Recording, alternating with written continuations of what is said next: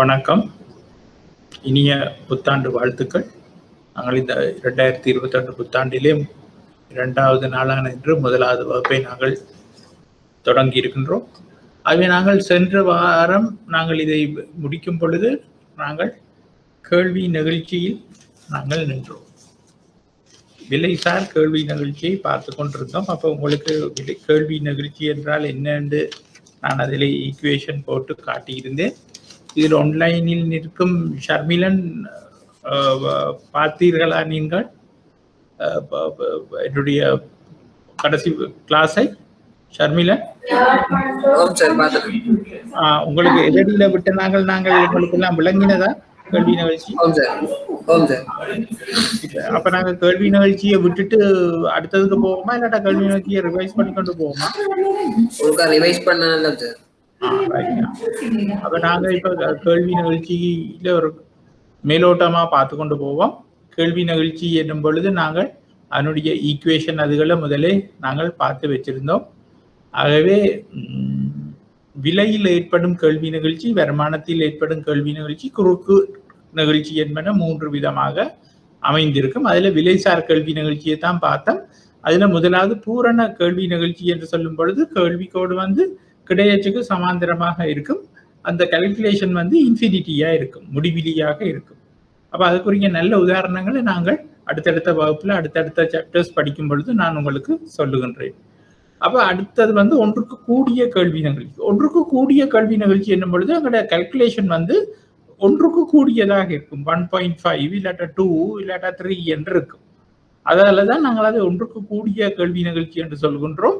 அதே சமயம் அந்த கேள்வி கோடு கிடையச்சுக்கு சாய்வாக இருக்கும். கிடையச்சுக்கு 45 டிகிரியில பார்க்க குறைவாக இருக்கும், கிடையச்சுக்கு சாய்வாக இருக்கும். ஆகவே அதன் அர்த்தம் என்னென்று சொன்னால், எங்களோட விலையில் ஏற்படும் ஒரு சென்சிட்டிவான குட்ஸ், விலையில் ஏற்படும் மாற்றங்கள் தொகையில் பெரிய மாற்றத்தை ஏற்படுத்தும். இப்ப பாருங்க, இந்த கால்குலேஷன்ல 1.86 வருது அந்த ரிசல்ட்ஸ். அப்போ ஒன்றுக்கு கூடுதலாக இருக்கிறபடியால் அது ஒன்றுக்கு கூடிய நிகழ்ச்சி என்று சொல்லப்படும். கிராஃப் இப்படித்தான் வரும். அடுத்ததாக ஒன்றுக்கு சமமான கேள்வி நிகழ்ச்சி. ஒன்றுக்கு சமமான கேள்வி நிகழ்ச்சி என்பது அதாவது 45 டிகிரி ஆங்கிள் இருக்கும். எக்ஸுக்கும் வைக்கும் சமனாக இருக்கும் அந்த கேள்விக்கோடு. ஆகவே அதனுடைய கால்குலேஷனை நாங்கள் பார்த்தால் ஒன்றுக்கு சமமாக இருக்கும், ஒன்றாக இருக்கும். அது என்னன்னு சொன்னால் விலையில் ஏற்படும் மாற்றம் தொகையிலும் அதே அளவு மாற்றத்தை தான் கொடுக்கும், அதே விகிதாசாரத்துல தான் கொடுக்கும். ஆகவே நாங்கள் அதை ஒன்றுக்கு சமமான கேள்வி நிகழ்ச்சி என்று நாங்கள் சொல்லுகின்றோம். அடுத்தது குறைந்த நிகழ்ச்சி. ஒன்றுக்கு குறைந்த நிகழ்ச்சியை கொண்ட பண்டங்கள் அது வையாச்சுக்கு சாய்வாக இருக்கும். 45 டிகிரியிலும் பார்க்க கூடுதலாக வையாச்சு நோக்கி இருக்கும். அப்ப அதில் கால்குலேஷன்களை நாங்கள் பார்த்தால் அது சைவருக்கும் ஒன்றுக்கும் இடையிலே இருக்கும் அந்த ரிசல்ட்ஸ். அப்ப இதன் அர்த்தம் என்னன்னா, விலையில் ஏற்படும் பாரிய மாற்றம் தொகையில் ஒரு சிறிய அளவு மாற்றத்தை தான் ஏற்படுத்தும். அப்ப நாங்கள் அத்தியாவசிய பொருட்களை தான் நாங்கள் இதுக்கு உதாரணமாக சொல்லிக் கொள்ளுவோம். அடுத்தது பூஜ்ஜிய நிகழ்ச்சி. பூஜ்ஜிய நிகழ்ச்சி என்னும் பொழுது இங்கே அது வையச்சுக்கு சமாந்திரமாக இருக்கும், கிடையச்சுக்கு குத்தாக இருக்கும். இங்க நீங்க கால்குலேஷனை செய்து பார்த்தா சைவராக வரும். அதனாலதான் அதை நாங்கள் பூஜ்ஜிய நிகழ்ச்சி என்று சொல்கின்றோம். அதாவது விலையில எவ்வளவு மாற்றங்கள் ஏற்பட்டாலும் தொகையில மாற்றம் ஏற்படாது. உதாரணம், உப்பு, சிகரெட், மதுபானம் போன்ற ஐட்டங்களை நாங்கள் இங்க சொல்லிக் கொள்ளலாம். அடுத்தது புள்ளி நிகழ்ச்சி. புள்ளி நிகழ்ச்சி என்று சொல்லும் பொழுது நாங்கள் இதுல பார்த்த இந்த 5 கேள்வி நிகழ்ச்சியை ஒரே கோட்ல பார்த்தோமே என்றால் அது புள்ளி நிகழ்ச்சி என்று நாங்கள் சொல்லிக் கொள்ளுவோம். அப்ப இங்க ஒவ்வொரு 40 ரூபாய் விலையில ஒரு புள்ளியில ஒரு இதை காட்டும். அது நாங்கள் பார்த்ததுல உண்டாதான் இருக்கும். அடுத்தது 30 ரூபாய் விலையில ஒரு 100 என்ற அலகில ஒரு புள்ளியை காட்டும். நாங்க 40 சைபர்லையும் ஏ என்று எடுத்தோம் என்றால் 30 100 பி என்று எடுக்கலாம், 20 200 சி என்று எடுக்கலாம், 10 300 டி என்று எடுத்து 0 400 இ என்று எடுக்கலாம். நாங்கள் பார்த்த 5 கேள்வி நிகழ்ச்சியையும் ஒரே கோட்டில் 5 புள்ளியில இதுக்கு காட்டலாம். அப்ப விதை நிகழ்ச்சியின் பெறுமதியில் தாக்கத்தை ஏற்படுத்துகிற சில காரணிகள் உள்ளன. அவை என்னன்னு சொன்னா பண்டத்தின் தேவை. அப்ப பண்டம் ஒரு அத்தியாவசியமான தேவை என்றால் ஒன்றுக்கு குறைந்த பெறுமதியை கொண்டிருக்கும். நமக்கு தேவையான மட்டத்தில் ஏற்கனவே நுகர்வு செய்யப்படுவதால் விலை மாற்றம் அடைகின்ற போது கொள்வனவு செய்கின்ற தொகை அவ்வளவு மாற்றப்படுவதில்லை. அத்தியாவசியம் இல்லாத பண்டங்களின் கேள்வி தொகை விலை மாற்றத்திற்கு அதிக நுண்ணுணர்வு தன்மை, அதாவது சென்சிட்டிவ், அதுதான் கூருணர்வு நுண்ணுணர்வு தன்மையை காட்டும் என்பது ஏற்றுக்கொள்ளப்படுகின்றது. ஒரு பண்டத்தின் அத்தியாவசியமான தன்மை அல்லது அவ்வாறு இல்லாமல் நபருக்கு நபர் வித்தியாசமானதாய் இருக்கும். ஒரு காலத்தில் ஆடம்பர பொருட்களாக கருதப்பட்ட தொலைக்காட்சி பற்றி தொலைபேசி ஆகியன தற்போது அநேகமானவரின் அத்தியாவசிய பண்டங்களாக மாறியுள்ளன. ஆகவே சந்தர்ப்பத்துக்கு சந்தர்ப்பம், ஆக்களுக்கு ஆக்கள் இந்த பொருட்களின் விலை நிகழ்ச்சியை கொண்டு என்ன மாதிரியான பொருட்கள் என்பதை தீர்மானிக்க வேண்டி இருக்கும். உதாரணமாக அந்த காலத்துல ஒரு மோட்டார் வாகனம் ஒரு டாக்டருக்கோ இன்ஜினியருக்கோ தான் அத்தியாவசியமா இருக்கும், அவையோட தேவை என்ன தொழிலை வடிவாக செய்வதற்கு. ஆனா இன்றைக்கு ஒரு சாதாரண மனிதனுக்கும் ஒரு மோட்டார் வாகனம் அத்தியாவசியமாக போயிட்டுது. அதே மாதிரி தொலைக்காட்சி பற்றி தொலைபேசிகள் மொபைல் போன்ஸ் எல்லாம் அந்த நேரம் எல்லாருக்கும் தேவைப்பட்டிருக்கவில்லை, ஆனால் இப்பொழுது எல்லாருக்கும் தேவைப்படுகின்றது. ஆகவே அத்தியாவசிய பொருளாக மாறியுள்ளது. பணக்காரர் ஒருவருக்கு ஒரு மோட்டார் வாகனம் அத்தியாவசிய பண்டமாகும் என்பதோடு குறைந்த வருமானம் பெறுகின்ற ஒருவருக்கு அது ஆடம்பர பொருளாகும். பான், அரிசி, தேங்காய், பருப்பு, தேயிலை ஆகிய உணவுப் பொருட்கள் பெரும்பாலான மக்களுக்கு அத்தியாவசிய பண்டங்களாகும். சிகரெட் மற்றும் மதுபானம் அதற்கு அடிமையானோருக்கு அத்தியாவசியமான பண்டங்களாகும் என்பதோடு சாதாரண மக்களுக்கு அனாவசிய பண்டங்களாகும். பல்வேறான நோய்களால் பாதிக்கப்பட்டவருக்கு மருந்து அத்தியாவசிய பண்டம். அதே மாதிரி நாங்கள் பதிலீட்டு பண்டங்களை பற்றியும் படித்தோம். பதிலீட்டு பண்டங்கள் என்பது பிரதியீட்டு பண்டங்கள், ஒன்றுக்கு பதிலாக ஒன்றை நாங்கள் பாவிக்கும் பண்டங்கள். அவற்றில் சில நேரங்கள்ல நாங்கள் அதின் தாக்கமும் இந்த நிகழ்ச்சியை தீர்மானிக்கும். அதே மாதிரி வருமானத்துல நாங்கள் செலவிடுகின்ற தொகை, வருமானத்துல நாங்கள் செலவிடுகின்ற தொகையும் இதுல ஒரு தாக்கத்தை ஏற்படுத்தும். அதாவது ஒருவர் தம்முடைய வருமானத்தில் சிறியதொரு தொகையை செலவிடுகின்ற பண்டங்கள் மற்றும் பணிகளின் விலை மாற்றமடைதல் தொடர்பில் அவ்வளவு கூருணர்வு தன்மையை காட்ட மாட்டார்கள். உதாரணமாக தீப்பெட்டி மற்றும் உப்பு போன்ற பண்டங்களின் விலை பொதுவாக மாற்றமடைதல் தொடர்பில் நுகர்வோர் கூர்மை தன்மையை காட்ட மாட்டார்கள். அதெல்லாம் அத்தகைய பண்டங்கள் விலை நிகழ்ச்சி குறைந்த பிரமதியை கொண்டிருக்கும், இல்லாட்டா நான் சொன்ன மாதிரி பூஜ்ஜிய நிகழ்ச்சியாக இருக்கும். அப்ப ஒட்டுமொத்தமாக நோக்குன்ற போது பெரும்பாலான மக்களுக்கு அன்றாட வாழ்க்கையில் தேவைப்படுகின்ற உணவுப் பொருட்கள் மற்றும் பொது போக்குவரத்து சேவைகளின் விலை நிகழ்ச்சியில் குறைந்த பிரமதியை கொள்கின்றது என்பது ஏற்றுக்கொள்ளப்படுகின்றது. அப்ப அடுத்ததாக விலை நிகழ்ச்சியும் நுகர்வோர் செலவு. அப்போ ஒரு பண்டத்தில் அல்லது சேவையின் விலை நிகழ்ச்சியில் பிரமதி தொடர்பிலான அறிவிப்பின் விலை மாற்றத்தின் காரணமாக நுகர்வோரின் செலவில் ஏற்படுகின்ற மாற்றத்தை அல்லது வழங்குநரின் வருமானத்தில் ஏற்படுகின்ற மாற்றத்தையும் அறிந்து கொள்ளலாம். ஒற்றை விலை நிகழ்ச்சியை கொண்ட பண்டங்களின் விலை மாற்றத்தின் போது நுகர்வோர் செலவில் எந்தவித மாற்றமும் ஏற்படாது. அதற்கு காரணம் கேள்வி தொகையினதும் விலை மாற்றத்தினதும் சதவீதம் சமமாய் உள்ளதனாலாகும். அப்ப இங்கே சொல்லப்படுகிறது ஒன்றுக்கு சமமான நிகழ்ச்சியுடைய விலைசார் கேள்வி நிகழ்ச்சியுடைய பண்டங்களை தான் நாங்கள் இதுல சொல்லி இருக்கிறோம். விலை குறைவடைவதன் மற்றும் விலை அதிகரிப்பதன் தாக்கமானது நுகர்வோர் செலவு தொடர்பில் விலை நிகழ்ச்சி பெறுமதிக்கு அமையவே மாற்றமடையும். விலை குறைவை பொறுத்தவரை ஒன்றை விட அதிக விலை நிகழ்ச்சியை கொண்டுள்ள பண்டங்களின் நுகர்வு அதிகளவு சதவீதத்தால் அதிகரிப்பதன் காரணமாக நுகர்வோர் செலவும் வழங்கினர் வருமானமும் அதிகரிக்கும். ஆயினும் ஒன்றை விட குறைவான விலை நிகழ்ச்சியை கொண்ட பண்டங்களின் கேள்வி தொகை அதிகரித்தலானது விலை குறைவடையும் சதவீதத்தை விட குறைவாக அதிகரிப்பதன் காரணமாக நுகர்வோர் செலவும் வழங்கினர் வருமானம் வீழ்ச்சியடையும் நிலை அறிப்பை பொறுத்து தீர்மானம் காணலாம். அப்போ ஒன்றுக்கு கூடிய பொருட்களுக்கும் அப்படித்தான் இருக்கும். அப்ப விலை நிகழ்ச்சியும் மறைமுக வரி விதிப்பும் நான் அன்றைக்கும் சொன்னால் அரசாங்கம் இந்த நிகழ்ச்சி தன்மையை பார்த்துத்தான் அரசாங்கம் வரியை விதிக்கும். அப்ப ஒன்றுக்கு கூடிய நிகழ்ச்சியுடைய பொருட்களுக்கு அரசாங்கம் வரி விதிக்குமாக இருந்தால் அங்கே அந்த பொருட்களின் விற்பனைகள் குறைவடைந்து விடும். அந்த பொருட்களின் விற்பனைகள் குறைவடைந்தா என்ன நடக்கும்? அந்த அரசாங்கத்துக்கு கூட அந்த வருமானம் வராமல் போய்விடும். ஆகவே பொருட்களின் விலை நிகழ்ச்சியை பார்த்துதான் அரசாங்கமும் மறைமுக வரியை விதிக்கணும். ஒன்றுக்கு குறைந்த நிகழ்ச்சியுடைய பொருட்கள் இல்லாட்டா பூச்சிய நிகழ்ச்சியுடைய பொருட்களுக்கு அரசாங்கம் வரி விதிக்குமாக இருந்தால் அங்கே அரசாங்கத்துக்கு கூடுதலான வருமானம் இருக்கும். என்னென்னா நாங்கள் மறைமுக வரி விதிக்க அந்த பொருளுக்கான விலை அதிகரிக்கின்றது. அப்படி பொருளுக்கான விலை அதிகரிக்கும் பொழுது கேள்வி நிகழ்ச்சியின் அடிப்படையில் மக்கள் வந்து விலை அதிகரிக்க பொருட்களின் தொகையை வாங்குறத குறைச்சி விட்டுருவீங்க. அவை இந்த ஒன்றுக்கு குறைந்த கல்வி நிகழ்ச்சியுடைய பொருட்களுக்கோ இல்லாட்டா பூச்சிய நிகழ்ச்சியுடைய பொருட்களுக்கோ விலையை அதிகரிக்க அந்த குறைகிற தொகை ஒன்றுக்கு குறைந்த நிகழ்ச்சியுடைய பொருட்களுக்கு குறைவாக இருக்கும், பூச்சிய நிகழ்ச்சியுடைய பொருட்களுக்கு இல்லாமல் இருக்கும். அதுதான் பாருங்க, நீங்கள் சிகரெட்ல நிறைய டேக்ஸ் அடிக்கணும். சிகரெட்டின் விலை இன்றைக்கு ஒரு 65-70 ரூபான்னு சொன்னா அங்க வந்து டேக்ஸ் அடிக்கிறது வந்து 50 ரூபாயா இருக்கும் ஒரு சிகரெட்டின் விலை டேக்ஸ். அப்படி விலை கூடினாலும் குறைகிற சிகரெட்டின் விற்பனை வந்து சரியான குறைவாகத்தான் இருக்கும். அவை அரசாங்கத்தின் வருமானம் பாதுகாக்கப்படுகின்றது, அதே சமயம் அரசாங்கத்தின் வருமானம் அதிகரிக்கப்படுகின்றது என்று நாங்கள் சொல்லிக் கொள்ளலாம். அவை அதுதான் அதன் அர்த்தம். அவை நாங்கள் அடுத்ததான் நாங்கள் பார்ப்போம் வருமான நிகழ்ச்சி. அப்ப நான் சொன்ன மாதிரி விலை நிகழ்ச்சிக்கு விலைசார் கேள்வி நிகழ்ச்சி என்பது ஒரு பொருளின் விலைக்கும் அந்த கேள்வி தொகைக்கும் இடையில் உள்ள தொடர்பை நாங்கள் பார்க்கறது தான் விலைசார் கேள்வி நிகழ்ச்சி.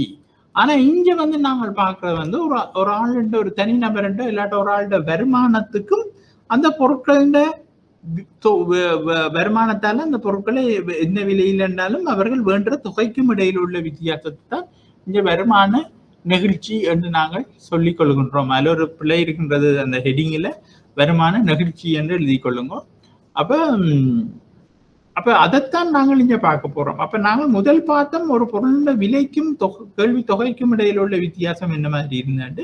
இப்ப பார்க்க போறோம் வருமான நெகிழ்ச்சி. அதாவது ஒரு ஆளுடைய வருமானத்துக்கும் தனிநபர் வருமானத்துக்கும் அவர் வேண்ட பொருட்களுக்கு எழுப்பப்படுகின்ற கேள்விகளின் தொகைக்கும் இடையே உள்ள தொடர்பை தான் நாங்கள் இங்க பார்க்க போகின்றோம்.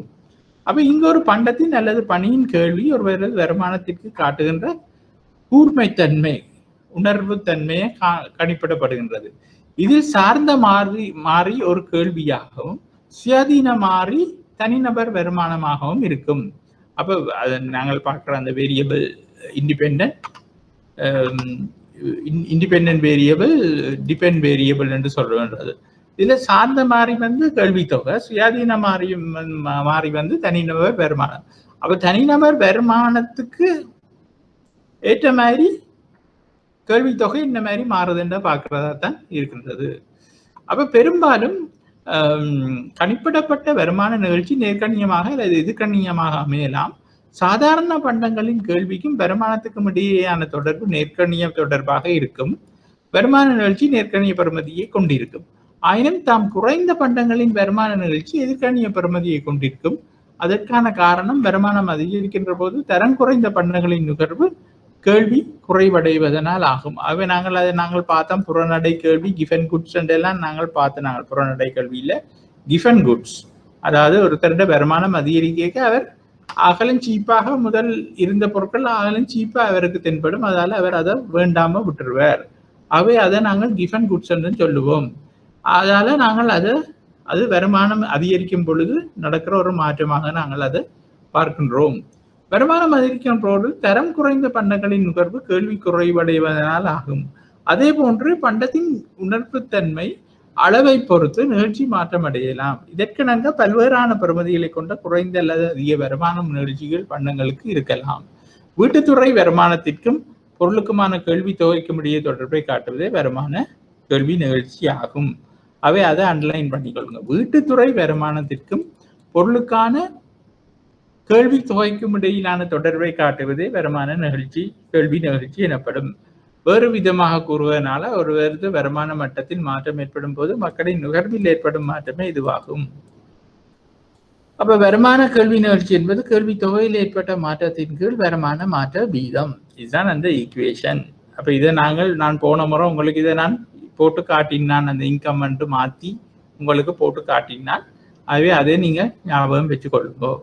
அப்ப வருமான கேள்வி நிகழ்ச்சியின் வகைகளை நாங்க பார்த்தோம்னா நேர்கணிய ஒன்றுக்கு கூடிய நிகழ்ச்சி என்ன மாதிரி இருக்கும் என்று சொன்னா, இங்க பாருங்க இந்த கிராஃபில் 100 ரூபா விலையில 100 பொருட்கள் வில்பட்டா 100 ரூபா எங்களுக்கு வருமானம் இருக்க 100 பொருட்களை நாங்கள் வாங்குகின்றோம். அதுவே 120 எங்களுக்கு வருமானமா மாறிக்க நாங்கள் 110 பொருட்களை வாங்குகின்றோம். அப்ப இது அந்த ஈக்குவேஷன்ல போட்டீங்களே என்றால் உங்களுக்கு வரும் 2 அப்ப 2 வந்ததுன்னா அது வந்து ஒன்றுக்கு கூடிய வருமான நிகழ்ச்சியுடைய பொருட்கள். அப்ப அதுல இருந்து நாங்கள் அதை விளங்கிக் கொள்ளலாம் என்று சொன்னால் அது வந்து ஒரு ஆடம்பர பொருட்களுக்கான வருமான நிகழ்ச்சி என்று. நேர்கணியம் ஒன்றுக்கு குறைந்த வருமான நிகழ்ச்சி. ஒன்றுக்கு குறைந்த வருமான நிகழ்ச்சி என்று சொல்லும் பொழுது வருமானம் குறைவாக இருக்கும், ஆனால் வாங்குற தொகை கூடுதலாக இருக்கும். அது வந்து அத்தியாவசிய பொருட்களாக இருக்கும். ஆகவே இந்த கேள்விக்கோடு வந்து இப்படித்தான் இருக்கும். கிடையச்சுக்கு கொஞ்சம் சாய்வாக இருக்கும், மேலே உள்ளது வந்து வையச்சுக்கு சாய்வாக இருக்கும். அப்ப இதுல ஏதாவது உங்களுக்கு விளங்கல இல்லாட்டா திருப்பி சொல்லணும்னா நீங்கள் எனக்கு சொல்லுங்க. அப்ப இது வந்து ஒன்றுக்கு குறைந்த வருமான நிகழ்ச்சியுடைய வருமான நிகழ்ச்சி. அடுத்தது ஒன்றுக்கு கூடிய வருமான கேள்வி நிகழ்ச்சி. முதலாவது நாங்கள் என்ன பார்த்தோம்னா நேர்கணியம் ஒன்றுக்கு கூடிய நிகழ்ச்சி வருமான நிகழ்ச்சி. இது எதிர்கணியம் ஒன்றுக்கு கூடிய வருமான நிகழ்ச்சி. அப்போ ஒரு பொருளுக்கான கேள்வித் தொகையானது நுகர்வோரின் வருமான குறைவிலும் பார்க்க கூடுதலாக இருப்பின் அது எதிர்கணிய ஒன்றுக்கு கூடிய வருமான நிகழ்ச்சி என்று நாங்கள் சொல்லிக் கொள்கின்றோம். அப்ப இங்க பாருங்க, பொருள் இது குறையுது, வருமானம் கூடக்க எங்கட பொருள் வேண்ட பொருட்கள் தொகை குறையும் என்று சொன்னால் அது எதிர்கணிய வருமான நிகழ்ச்சியுடைய கேள்வி. அதுவும் எதிர்கணிய ஒன்றுக்கு கூடிய. சரியா? அப்போ உங்களுக்கு நான் முதலே சொன்னா எங்கட வருமானம் கூடும் பொழுது நாங்கள் சில பொருட்களுக்கான கேள்வியை அதிகரிப்போம், அதே சமயம் சில பொருட்களுக்கான கேள்வியை குறைப்போம். அப்படி குறைக்கிறத நாங்கள் எதிர்கணியம் என்று சொல்லுகின்றோம். நாங்கள் வருமானம் கூடும் பொழுது கூடுதலான பொருட்கள் வேணும்னா அதை நாங்கள் நேர்கணியம் என்று சொல்லுகின்றோம். அப்ப நேர்கணியத்துல நாங்கள் ஒன்றுக்கு கூடுதலான பொருட்கள் உள்ளதையும் ஒன்றுக்கு சமமானதையும் ஒன்றுக்கு குறைவான நிகழ்ச்சியுடையதையும் பார்த்தோம். இப்ப எதிர்கணியத்துல ஒன்றுக்கு கூடிய கேள்வி வருமான நிகழ்ச்சியுடைய ஒன்றை பார்த்தோம். இப்போ இது வந்து ஒன்றுக்கு குறைந்த வருமான நிகழ்ச்சியுடையதாக இருக்கிறது. ஒன்றுக்கு குறைந்த வருமான நிகழ்ச்சியுடைய என்று சொல்லும் பொழுது வருமானம் கூடும் பொழுது இங்க குறைகின்ற அளவு வந்து குறைவாக இருக்கும், கேள்வி தொகை வந்து குறைவாக இருக்கும். இங்க வருமானம் கூடும் பொழுது குறைகின்ற அளவு வந்து கூடுதலாக இருக்கின்றது, ஒன்றுக்கு கூடிய இது. அவை அடுத்ததாக நாங்கள் பார்ப்போம் வருமான கேள்வி நிகழ்ச்சியின் முக்கியத்துவம் என்ன. அப்ப பொருட்களின் வருமான கேள்வி நிகழ்ச்சி ஒன்றுக்கு சமமானதாக உள்ள போது அது சாதாரண பொருட்களாகவும், ஒன்றுக்கு கூடுதலாக உள்ள பொழுது அது ஆடம்பர பொருட்களாகவும், ஒன்றுக்கு குறைவாக உள்ள போது அவை அத்தியாவசிய பொருட்களாகவும் அமையும். எதிர்கணிய பெருமான நிகழ்ச்சியை கொண்ட பொருட்கள் இழிவு பண்டங்களாக கருதப்படும். அப்ப எதிர்கணிய பெருமான நிகழ்ச்சியை கொண்டவை ஒன்றுக்கு கூடியது என்று சொன்னா அது மிகவும் கூடுதலான இழிவு பண்டங்களாக இருக்கும்.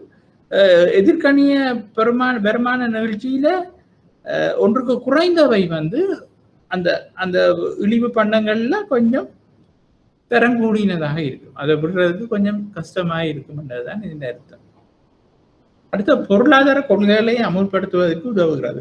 அப்ப அரசாங்கத்துக்கும் உற்பத்தியாளர்களுக்கும் அந்த என்னென்று விலைசார் கல்வி நிகழ்ச்சியில பொருளாதார கொள்கைகளை அமுல்படுத்துவதற்கு எப்படி உதவுகள் இருக்கின்றதோ அதே மாதிரி தான் இங்கேயும் வந்து வருமானத்துக்கும் கேள்விக்கும் உள்ள தொடர்பை நாங்கள் அறிகிறதால இப்ப மக்களுக்கு வருமானம் கூடும் பொழுது என்ன மாதிரி பொருட்களை உற்பத்தி செய்யணும், என்ன மாதிரி பொருட்களை குறைவாக உற்பத்தி செய்யணும், உற்பத்தி செய்யக்கூடாது என்பதை நுகர்வோர்கள் அறிந்து கொள்ளக்கூடியதாக இருக்கும். நுகர்வோரில் உற்பத்தியாளர்கள் அறிந்து கொள்ளக்கூடியதாக இருக்கும். அதே சமயம் அவர்கள் சில நேரங்களில் சில பொருட்கள் வில்படியில்லை என்று சொல்ல அவையிலான உடனடியாக ஐடென்டிஃபை பண்ணலாம். அடே இப்படி இந்த செக்டர்ல இருக்கிற ஆட்களுக்கு வருமானம் கூடி இருக்குது, அதாலதான் இந்த பொருட்களாவே வேண்டி இனம் இல்லை, இழிவு பொருட்களாக நினைச்சு வேண்டி இல்லை ரெண்டும் நினைச்சு கொள்ளலாம்.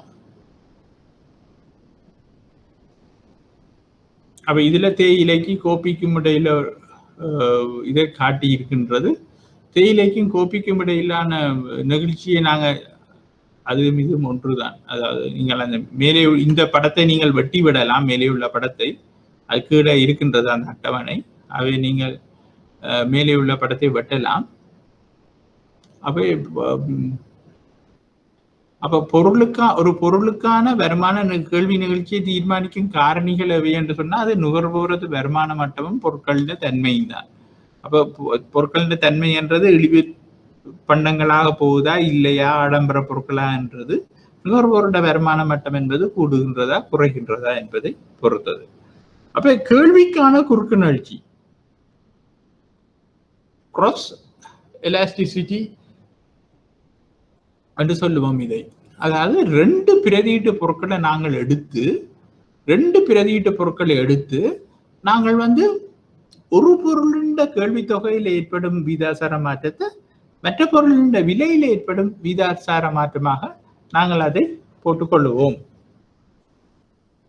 ஒரு பொருளின் கேள்வி தொகையில் ஏற்படும் வீதாசார மாற்றமும் மற்ற பொருளின் விலையில் ஏற்படுகின்ற வீதாசார மாற்றமும் என்று எடுத்துக்கொள்வோம்.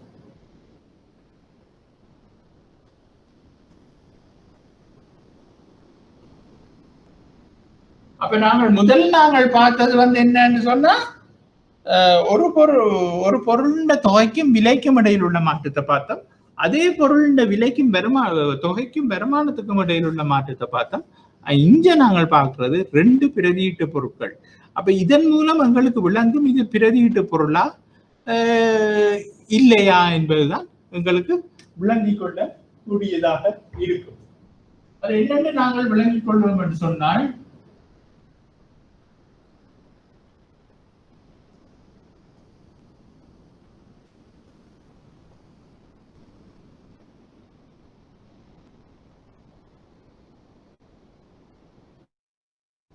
அதை நாங்கள் என்னென்ன விளங்கிக் கொள்வோம் என்று சொன்னால்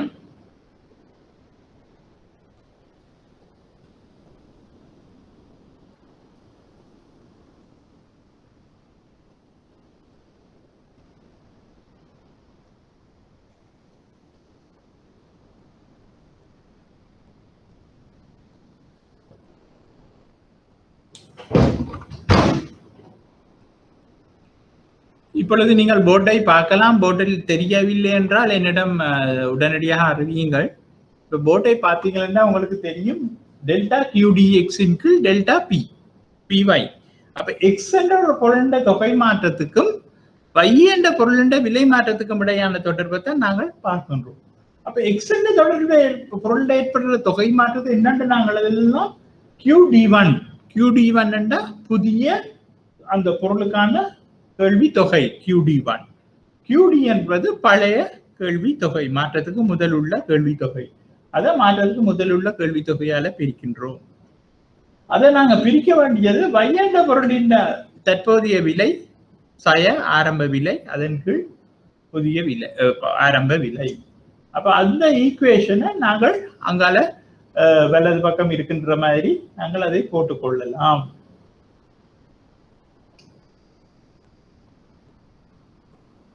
அப்ப இதை நான் அந்த விலைசார் கேள்வி நிகழ்ச்சி இருக்கும் பொழுது உங்களுக்கு நான் படிப்பிச்ச மாதிரி நீங்கள் இதை விளங்கி கொண்டீர்கள் என்று சொன்னால் சரி, இல்லாட்டா அந்த இதுல போட்டுக்கொண்டாலும் நீங்கள் முழுக்க அறிவதற்கு சுகமாக இருக்கும். இதன் ஏன் நாங்கள் ரெண்டு பொருட்களுக்கு இடையான உதாரணத்துக்கு சொல்லுவோம். நாங்கள் இப்ப நாங்க இரவுல சாப்பிடுற சோறு இல்லாட்டா பான் என்று சொன்னா சோறுக்கும் பானுக்கும் இடையிலான தொடர்பை நாங்கள் இங்க பாக்குறோம். பானுண்ட தொகையையும் சோறுண்ட விலையையும் அரிசியின் விலையையும் வச்சு தொடர்பா பார்க்கின்றோம். அதே மாதிரி இடியப்பம், இரவு சாப்பாடு இடியப்பம் பான் பண்ணா இடியப்பம் கடையில வேண்டதுக்கும் பான் வேண்டதுக்கும் இடையில் உள்ள தொடர்பை பார்க்கறத ஒரு பொருளுண்ட விலையையும் ஒரு பொருளுண்ட தொகையையும் வச்சு நாங்கள் பார்க்கின்றோம். அப்ப மூன்று விதமான கேள்வி நிகழ்ச்சிகள், ஒன்று விலைசார் கேள்வி நிகழ்ச்சி, மற்றது வருமானம் சார் கேள்வி நிகழ்ச்சி, மற்றது குறுக்கு நிகழ்ச்சியை நாங்கள் பார்க்கறது அது எண்ணெய் பொருட்களா பிரதியீட்டு பொருட்களா எவ்வாறான பொருள் என்று பார்த்துக் கொள்வதற்காகத்தான் நாங்கள் அதை செய்கின்றோம்.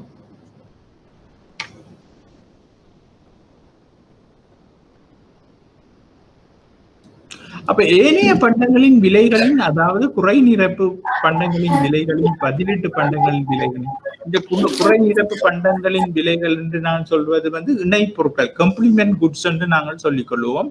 அதைத்தான் நாங்கள் உதாரணமாக ஒன்று இல்லாமல் ஒன்று இயங்காது. உதாரணமா காரம் பெட்ரோலும் நாங்கள் அன்றைக்கு படித்தோம். அதே மாதிரி பானும் பட்டரும் பானும் ஜாமும் இல்லாட்டால் பேனாவும் மையும் அந்த இப்ப இல்லாம முந்தின காலத்துல அந்த ஃபவுண்டன் பென்ஸ் இருந்தது. அந்த ஃபவுண்டன் பென்ஸுக்கு மைய விட்டாதான் அந்த பெண்ணில் எழுதலாம். இப்ப பால் பென் இல்ல.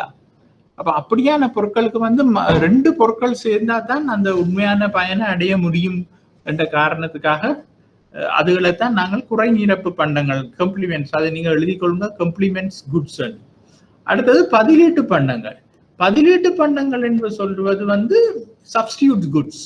நான் இப்ப சொன்ன மாதிரி சோறும் பானும், இடியப்பமும் பானும், அப்படியானவை தான் பதிலீட்டு பண்டங்கள். விலைகளின் மாற்றங்களுக்கு பண்டங்களின் கேள்வி காட்டுகின்ற கூறுணர்வு தன்மை இதன் மூலம் காட்டப்படுகின்றது. இங்கு ஏனைய பண்டங்களின் விலையே சுயாதீன மாறியாக உள்ளது. அப்ப ஏனைய பண்டங்கள் என்பது சுயாதீன மாறி, விலை என்பது டிபெண்ட். ஒரு பண்டத்தின் கேள்விக்கும் பதிலீட்டு பண்டத்தின் விலைக்கும் இடையே நேரிடையான தொடர்பு காணப்படுவதால் ஒரு பண்டத்தின் பதிலீட்டு விலை கேள்வி நிகழ்ச்சி நேர்கணிய பெறுமதியை கொண்டிருக்கும். அப்போ இங்க வந்து நாங்க ஒரு பொருள், இப்ப 2 பொருள், ஒரு பொருள் விலை தொகையை எடுத்து நாங்கள் கேள்வி அந்த நிகழ்ச்சியை கண்டோம் என்றால் அது பிளஸ்ஸா இருந்தது என்றால் அது வந்து சப்ஸ்டியூட் ப்ராடக்டுக்குரிய கேள்வி குறுக்கு நிகழ்ச்சி என்று நாங்கள் தீர்மானித்துக் கொள்ளலாம். இதற்கு எதிர்மாறாக ஒரு பண்டத்தின் குறை நிரப்பு விலை கேள்வி நிகழ்ச்சி எதிர்கணிய பெறுமதியை கொண்டிருக்கும். அப்போ இந்த கம்ப்ளிமெண்ட் குட்ஸ் என்று சொன்னால் அங்க வந்து மைனஸ்ல தான் அந்த ரிசல்ட்ஸ் வரும். குறுக்கு நிகழ்ச்சி இந்த முடிவு கால்குலேஷன்ல போட்டிகள் இருந்தால், இப்படியான ஈக்குவேஷன்ல போட்டிகள் என்ன, மேற்படி நிகழ்ச்சிகளின் பெறுமதியும் கேள்விக்கான கூறுணர்வு தன்மையின் அளவை பொறுத்து குறைந்த அல்லது அதிக பெறுமதியை கொண்டிருக்கும். அதிக கூறுணர்வு காணப்படின் அது பெறுமதியையும், குறைந்த கூறுணர்வு காணப்படின் குறைந்த பெறுமதியையும் கொண்டிருக்கும். அப்ப அது வந்து அந்த வேல்யூவை தான் அதுல சொல்லப்படுகின்றது. அதாவது கூடுதலான இதை கொண்டிருக்குமா, குறைந்த அளவு இதை கொண்டிருக்குமா. உதாரணமா இங்க பாருங்க, தேயிலையும் கோப்பியை நாங்கள் பிரதியீட்டு பொருட்களாக எடுத்துக்கொள்கின்றோம். தேயிலைன்ற விலை 100ஆக இருக்கின்ற பொழுது கோப்பிக்கான கேள்வி 100ஆக இருக்கின்றது. தேயிலைன்ற விலை 150 கூடும் பொழுது தேயிலைன்ற கேள்வி தொகை குறைஞ்சு கோப்பிக்கான கேள்வி தொகை கூடும். பாருங்க, பிரதியீட்டு பொருட்கள் தேயிலைன்ற விலை 100 இருக்க கோப்பியும் 100 இருக்கின்றது. 100 கிலோன்னு பேப்பர் இது 100 ரூபாய் இருக்கும் பொழுது சந்தை கேள்வி கோப்பிக்காக 100 ரூபாய் இருக்கின்றது. ஆனால் தேயிலைன்ற விலை 150 போகும்போது தேயிலைன்ற கேள்வி குறைஞ்சிரும். அது இங்க காட்டப்பட இல்லை. ஆனா கோப்பியின் கேள்வி கூடுமேன்னு சொன்னா எல்லா ஜனமும் தேயிலையை குடிக்கிறத விட்டுட்டு கோப்பியை வேண்டுவினம். அப்ப இதுக்குரிய ஈக்குவேஷன் வந்து இப்படித்தான் இருக்கும்.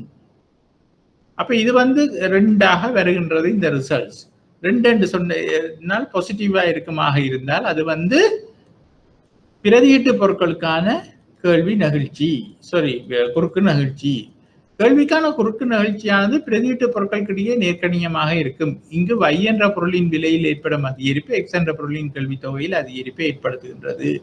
தேயிலையின் விலையில் ஏற்படும் அதிகரிப்பானது கோப்பியின் கேள்வி தொகையில் ஏற்படும் அதிகரிப்பாக உள்ளதால் இது நேர்கணிய தொடர்பை காட்டுகின்றது. ஆனால் எதிர்கணிய தொடர்பு இதை நாங்கள் பார்ப்போமா இருந்தால் இங்க பெட்ரோலையும் காரையும் எடுத்து பார்ப்போம். அப்ப பெட்ரோல்கிட்ட விலை 100,000 100 லட்சமோ ஏதோ ஒன்று போட்டா, பெட்ரோல் விலை 100 ரூபாய் இருக்க காரின் கேள்வி வந்து 200ஆக இருக்கின்றது. ஆனா பெட்ரோலின் விலை 150 ரூபாயாக ஒரு லிட்டர் போகும் பொழுது காரின் கேள்வி 100ஆக குறைவடைகின்றது. அப்ப இங்க பாருங்க, இதனால இந்த கோடு வந்து எதிர்கணிய தொடர்புடைய கோடா மாறுகிறது. ஆகவே இப்படியான குறுக்கு நிகழ்ச்சி இருக்குமாக இருந்தால் அது வந்து இடைப்பொருட்களின் குறுக்கு நிகழ்ச்சி என்றுதான் சொல்ல வேண்டும். அப்ப பூச்சிய கேள்விக்கான குறுக்கு நிகழ்ச்சி அப்ப இங்க வந்து அதே அளவாக மாறும். உதாரணமாக இது பொருட்களுக்கிடையே எதுவித தொடர்பும் இல்லாத பட்சத்தில் ஒரு பொருளின் விலையில் ஏற்படும் மாற்றமானது இன்னொரு பொருளின் கேள்வி தொகையில் எவ்வித மாற்றத்தை ஏற்படுத்தாது என்றதை காட்டுகின்றது. உதாரணமாக ஒரு புத்தகங்களோட விலை 10 ரூபாயா கூட புடவைகள் என்பது எந்த விதத்திலையும் இதோட சம்பந்தப்படாத ஒரு ஐட்டம். அவை அந்த புடவைன்ற கேள்வியில எந்த வித மாற்றத்தையும் ஏற்படுத்தாது. அப்ப இது ரெண்டையும் நீங்கள் எடுத்து போட்டு பார்த்தீங்களேன்னா இங்க வந்து அந்த கேள்வி வந்து அப்படியே பூஜ்ஜியமாக இருக்கும். அப்ப புடவையில எவ்வளவு விலை மாற்றம் இருந்தாலும் அந்த புத்தகத்தின் இதுல மாற்றங்கள் இருக்காது என்பதைத்தான் இதுல காட்டுகின்றது. அப்ப இங்க நீங்கள் என்ன செய்யணும், இந்த கீழ் அச்சை நீங்கள் புடவை போட்டு இஞ்ச புத்தகம் என்று எழுதி கொள்ளுங்க. வையச்சில புத்தகம் மாறி எழுதி இருக்கின்றது, புடவை புத்தகம் என்று மாறி எழுதி இருக்கின்றது. இந்த புத்தகத்தை புடவை இருக்கிற இடத்திலையும் புடவையை புத்தகத்திலும் இருக்கிற இடத்திலையும் எழுதினால்தான் இந்த கிராஃப் வந்து சரியாக இருக்கும். அதாவது புத்தகத்தின் தொகை விலையில மாற்றம் ஏற்படுகின்றது, அது புடவைக்கான கேள்வியில் எந்தவித மாற்றத்தையும் ஏற்படுத்தவில்லை என்பதுதான் உண்மை. அப்ப கேள்விக்கான குறுக்கு நிகழ்ச்சியின் முக்கியத்துவம் என்னன்னு பார்த்தா, சில பொருட்களுக்கான தொடர்பை வைத்துக்கொண்டு அவை பிரதியீட்டு பொருட்களா, இணை பொருட்களா அல்லது தொடர்பே இல்லாத பொருட்களா என்று அறியலாம். அப்ப அதைத்தான் நாங்கள் இப்ப பார்த்தோம். அது பாசிட்டிவா இருந்தது என்றால் அவை வந்து பிரதியீட்டு பொருட்கள், நெகட்டிவா இருந்தது என்றால் இணை பொருட்கள், ஜீரோவா இருந்தா அந்த பொருட்களுக்கு இடையே எந்தவித தொடர்பும் இல்லை. அவ குறுக்கு நிகழ்ச்சியின் பெறுமதியை கொண்டு இரண்டு பொருட்களுக்கு இடையேயான பலமான உறவை அறிந்து கொள்ளலாம். மிகவும் நெருக்கமான பிரதியீட்டு பொருட்களாயின் அவை நேர்கணிய தொடர்பை கொண்டிருக்கும், அத்துடன் ஒன்றுக்கு கூடிய நிகழ்ச்சியையும் கொண்டிருக்கும். விளங்குதா? அவை பிரதியீட்டு பொருட்களையும் அவை மிகவும் நெருக்கமான பிரதியீட்டு பொருட்கள் என்றால் பாசிட்டிவாயும் இருக்கும், அதே சமயம் ஒன்றுக்கு கூடிய நிகழ்ச்சியும் கொண்டிருக்கும். அதே சமயம் இந்த பொருட்களுக்கு இடையேயான தொடர்பு எதிர்கணியமாகவும் ஒன்றுக்கு குறைவாகவும் இருப்பின் அவை நெருக்கமான இணை பொருட்களாக இருக்கும். அப்ப கேள்விக்கான குறுக்கு நிகழ்ச்சியின் மூலம் சந்தை கட்டமைப்புகளை பற்றி அறிந்து கொள்ளலாம். ஒரு நிறைபொட்டி சந்தையிலே கேள்விக்கான குறுக்கு நிகழ்ச்சி முடிவிலியாக இருக்கும், அதே சமயம் ஒரு தூய தனியுரிமை சந்தையில் இது 0 இருக்கும். அப்ப நாங்கள் அதை மார்க்கெட்ஸ் இன்னும் படிக்காதபடியா நீங்க இது ஒரு பாயிண்டா எடுத்து வச்சுக்கொள்ளுங்க. நாங்கள் அடுத்தடுத்த இதுல நான் அதான் முதலே சொன்னேன், மார்க்கெட் ஸ்ட்ரக்சர் படிக்க இதை நாங்கள் படிப்போம். ஒரு நிறைபோட்டி சந்தையில வந்து கேள்விக்கான குறுக்கு நிகழ்ச்சி முடிவிலியா தான் இருக்கும், ஆனா ஒரு தனியுரிமை சந்தையில இது 0 இருக்கும். அது நாங்கள் மார்க்கெட்ஸை படிப்போம், படிக்க இதை விளங்கிக் கொள்வோம். அடுத்த பொருளாதார கொள்கையை அமுல்படுத்துவதற்கு இது உதவியாக இருக்கும். அப்ப பொதுவாகவே எங்கேயும் வந்து ஒரு கேள்வி நிகழ்ச்சி என்றதே பொருளாதார கொள்கையை அமுல்படுத்துவதற்காக உற்பத்தியாளர்களுக்கு, அரசாங்கங்களுக்கு தங்களுடைய தீர்மானத்தை எடுப்பதற்கு, எவ்வளவு உற்பத்தி செய்ய வேண்டும், எந்த பொருளை உற்பத்தி செய்ய வேண்டும், என்ன விலையில் உற்பத்தி செய்ய வேண்டும் என்பவற்றை அறிவதற்காக எடுத்துக்கொள்ளப்பட்ட ஒரு பொருளாகத்தான் அதுகள் ஒரு கொள்கைக்கு உதவுற ஒரு கணிப்பாகத்தான் இந்த விலை கேள்வி நிகழ்ச்சி என்பது இருக்கின்றது.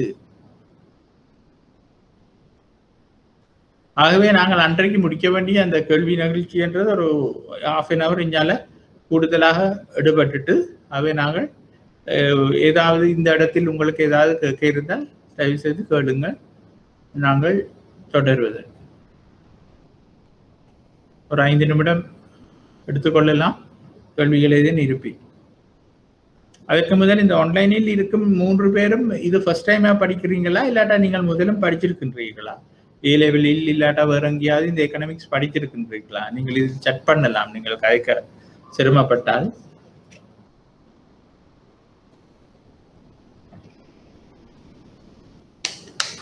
மற்றது நீங்கள் வந்து ஓகே, மற்ற 2 பேரும் என்ன மாதிரி என்று தெரியவில்லை. ஃபாத்திமா முகமதும்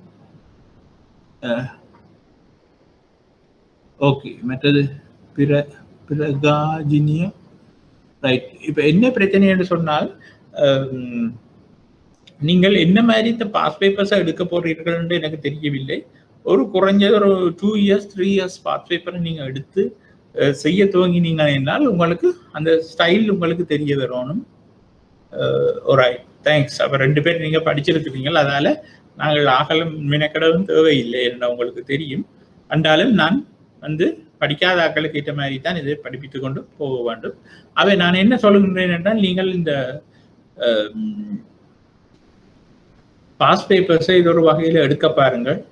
நீங்கள் 3 பேரும் எனக்கு தெரியவில்லை, நீங்கள் கொழும்புக்குள் இருக்கின்றீர்களா வெளியூரில் இருக்கின்றீர்களான்னு. வெளியூரில் இருந்தால் அது என்னென்று எனக்கு அதை பற்றி தெரியாது, ஆன்லைனில் எடுக்கலாமா ஒன்றும் தெரியாது. ஏதோ ஒரு வகையில் எடுத்து இப்ப வேணும்னு சொன்னால் தியரி, நான் இப்ப படித்து கொண்டிருப்பது தியரி. அந்த தியரியில ஏன் நான் படிப்பிக்கின்றேன்னு வந்து கன்செப்ட் விளங்கோன் பண்றதுக்கா. ஆனால் வந்து இப்ப உதாரணத்துக்காக இப்ப நான் இந்த கேள்வி நிகழ்ச்சியை பற்றி நான் படிச்சு கொண்டு வர்றது உங்களுக்கு எம்சிக்யூல ஒரு கொஸ்டினா வரலாம், ஒரு கொஸ்டின் தான் வரும்.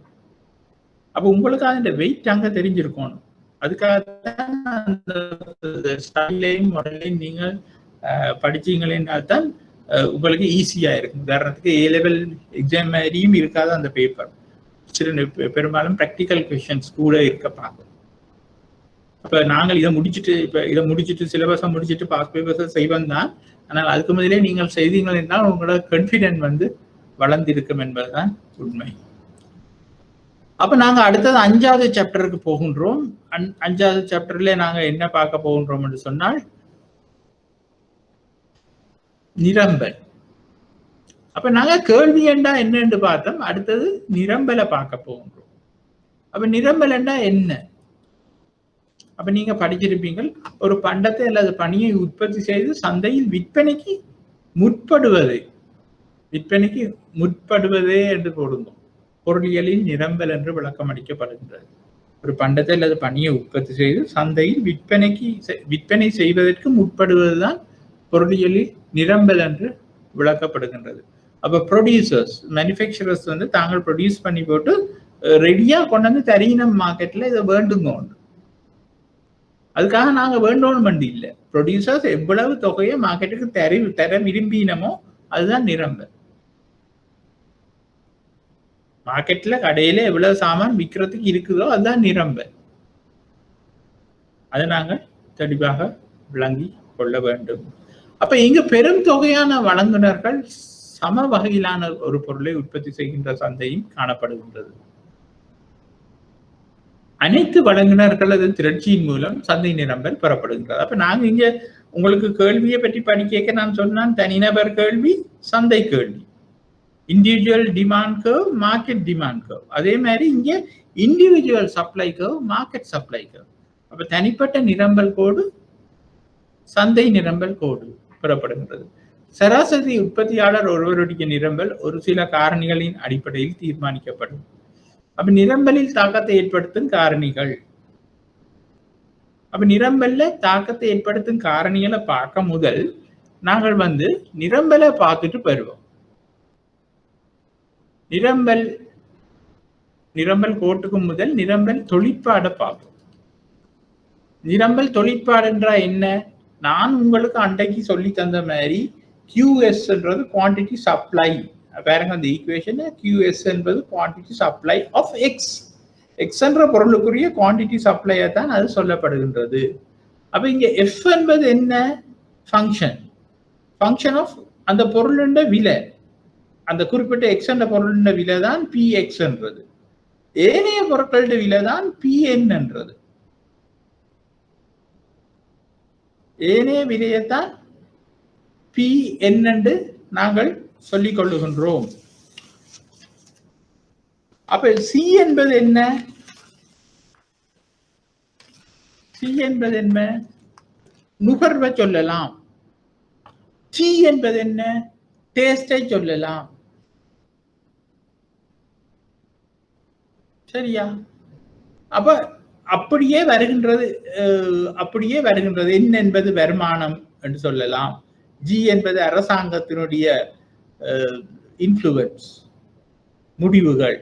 O என்பது அதர் ஃபேக்டர்ஸ் என்று நாங்கள் சொல்லிக் கொள்ளலாம். சாரி, N என்பது நான் என்னென்னு சொன்னால் உங்களுக்கு N என்பது சந்தையில் உள்ள எல்லா விற்பனையாளர்களின் எண்ணிக்கை. EX என்பது எதிர்பார்ப்பு.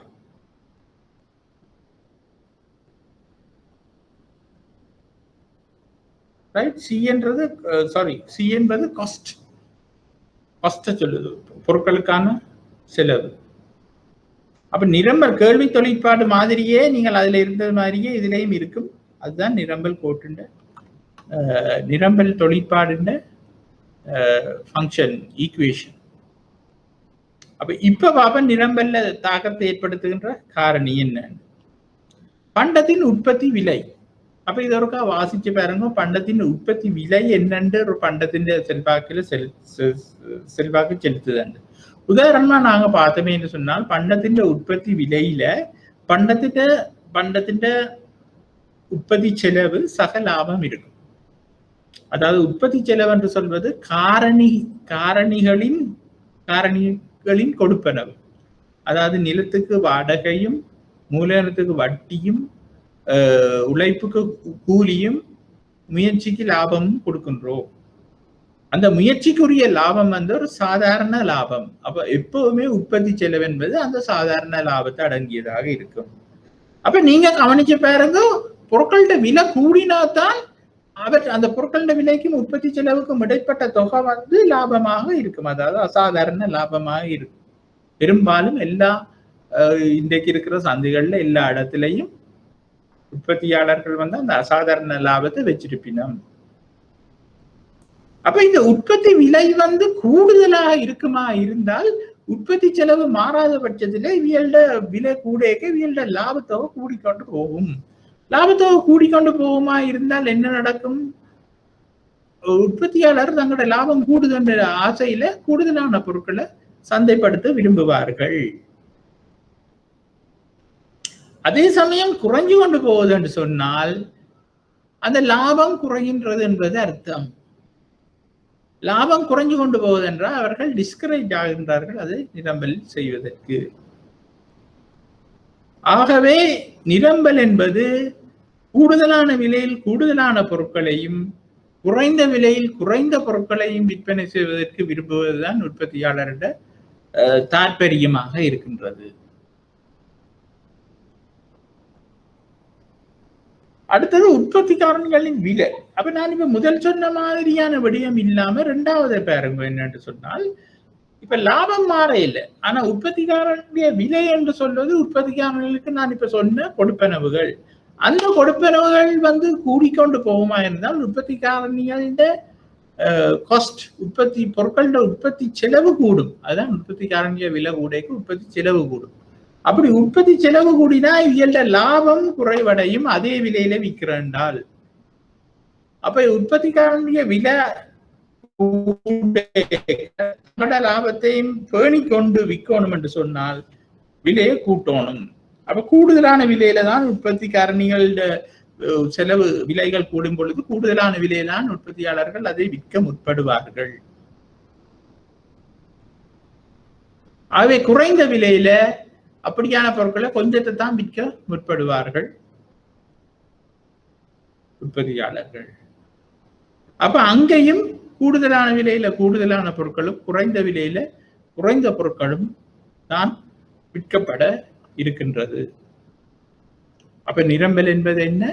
கூடுதலான விலையில் கூடுதலான பொருட்களும் குறைந்த விலையில் குறைந்த பொருட்களும் விற்பனை செய்வதுதான் நிரம்பல். தொழில்நுட்பத்தின் ஊடாக உற்பத்தியின் உற்பத்தி திறன். அடுத்தது மூன்றாவது உற்பத்தி தொழில்நுட்பத்தை நாங்க பார்க்கின்றோம். தொழில்நுட்பத்தின் ஊடாக உற்பத்தியின் உற்பத்தி திறன் தீர்மானிக்கப்படும். ஏனைய காரணிகள் நிலையாக உள்ள போது தொழில்நுட்பம் உயர்வடையும் எனில் உற்பத்தி தொகை அதிகரிக்கும், அதாவது நிரம்பல் அதிகரிக்கும். அப்ப பாருங்க, டெக்னாலஜி கூடேக்க டெக்னாலஜி இம்ப்ரூவ் ஆகி கொண்டு போயேக்க எங்களால அதே காஸ்ட்ல கூடுதலான பொருட்களை உற்பத்தி செய்யக்கூடியதாக இருக்கும். உதாரணமா நீங்க ஒன்றை கவனிச்சு பாருங்க, முந்தி இப்ப ஒரு 10 வருஷத்துக்கு முதல் இந்த சிடிஸ் எல்லாம் 300 ரூபா 400 ரூபாய்க்கு தான் நாங்கள் ஒரு சிடி படம் வந்து பாக்குறான்னு சொன்னா ஒரு படம் சிடி 300 400 ரூபாய்க்கு வேண்டக்கூடிய நிலைமை இருந்தது. அதனால இந்த டெக்னாலஜி கூடி கூடி இந்த சிடிஸ் இந்த விலைகள் எல்லாம் குறைஞ்சு கொண்டு வந்ததோட இப்ப 50 ரூபாய்க்கு நாங்கள் ஒரு படத்தை சிடியோட வண்டி பார்க்கக்கூடியதாக இருக்கின்றது.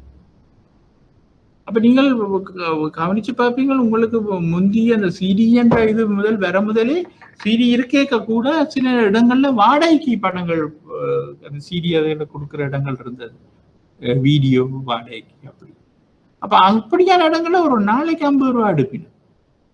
அப்ப இது வந்து ஒரு நல்ல உதாரணம். இந்த தொழில்நுட்பம் உயர்வடையும் பொழுது உற்பத்தி தொகை அதிகரிக்க என்னன்னு சொன்னா உற்பத்தி செலவு குறைஞ்சு, உற்பத்தி தொகை அதிகரிக்க உற்பத்தி செலவு குறைஞ்சு நிரம்பல் அதிகரிக்கும். இவற்றை தவிர காலநிலை, வானிலை நிலைமைகள், இறக்குமதி ஏற்றுமதி மற்றது அரசாங்கத்தின் பல்வேறான கட்டுப்பாடுகள் பல்வேறு காரணிகள் நிரம்பத்தில் தாக்கத்தை ஏற்படுத்தும்.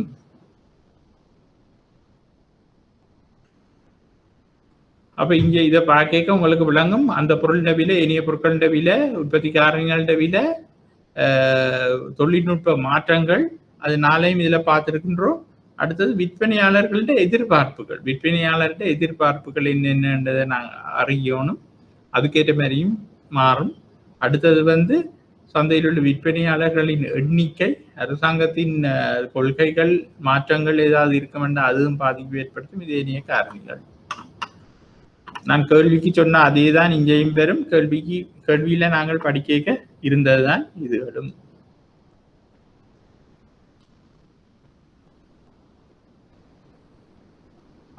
அடுத்தது நிரம்பல் வளைகோடு. அப்ப இந்த வளைகோடு என்ன மாதிரி வருதுன்றதை நாங்க பார்ப்போம்.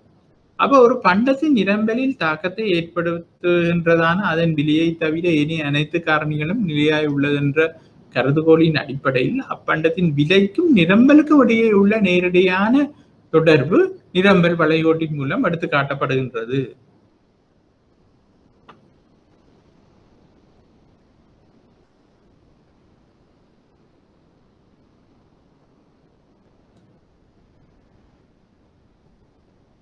அவ நிரம்பல் வளைகோட்டின் மூலம் இது எடுத்து காட்டப்படுகிறது.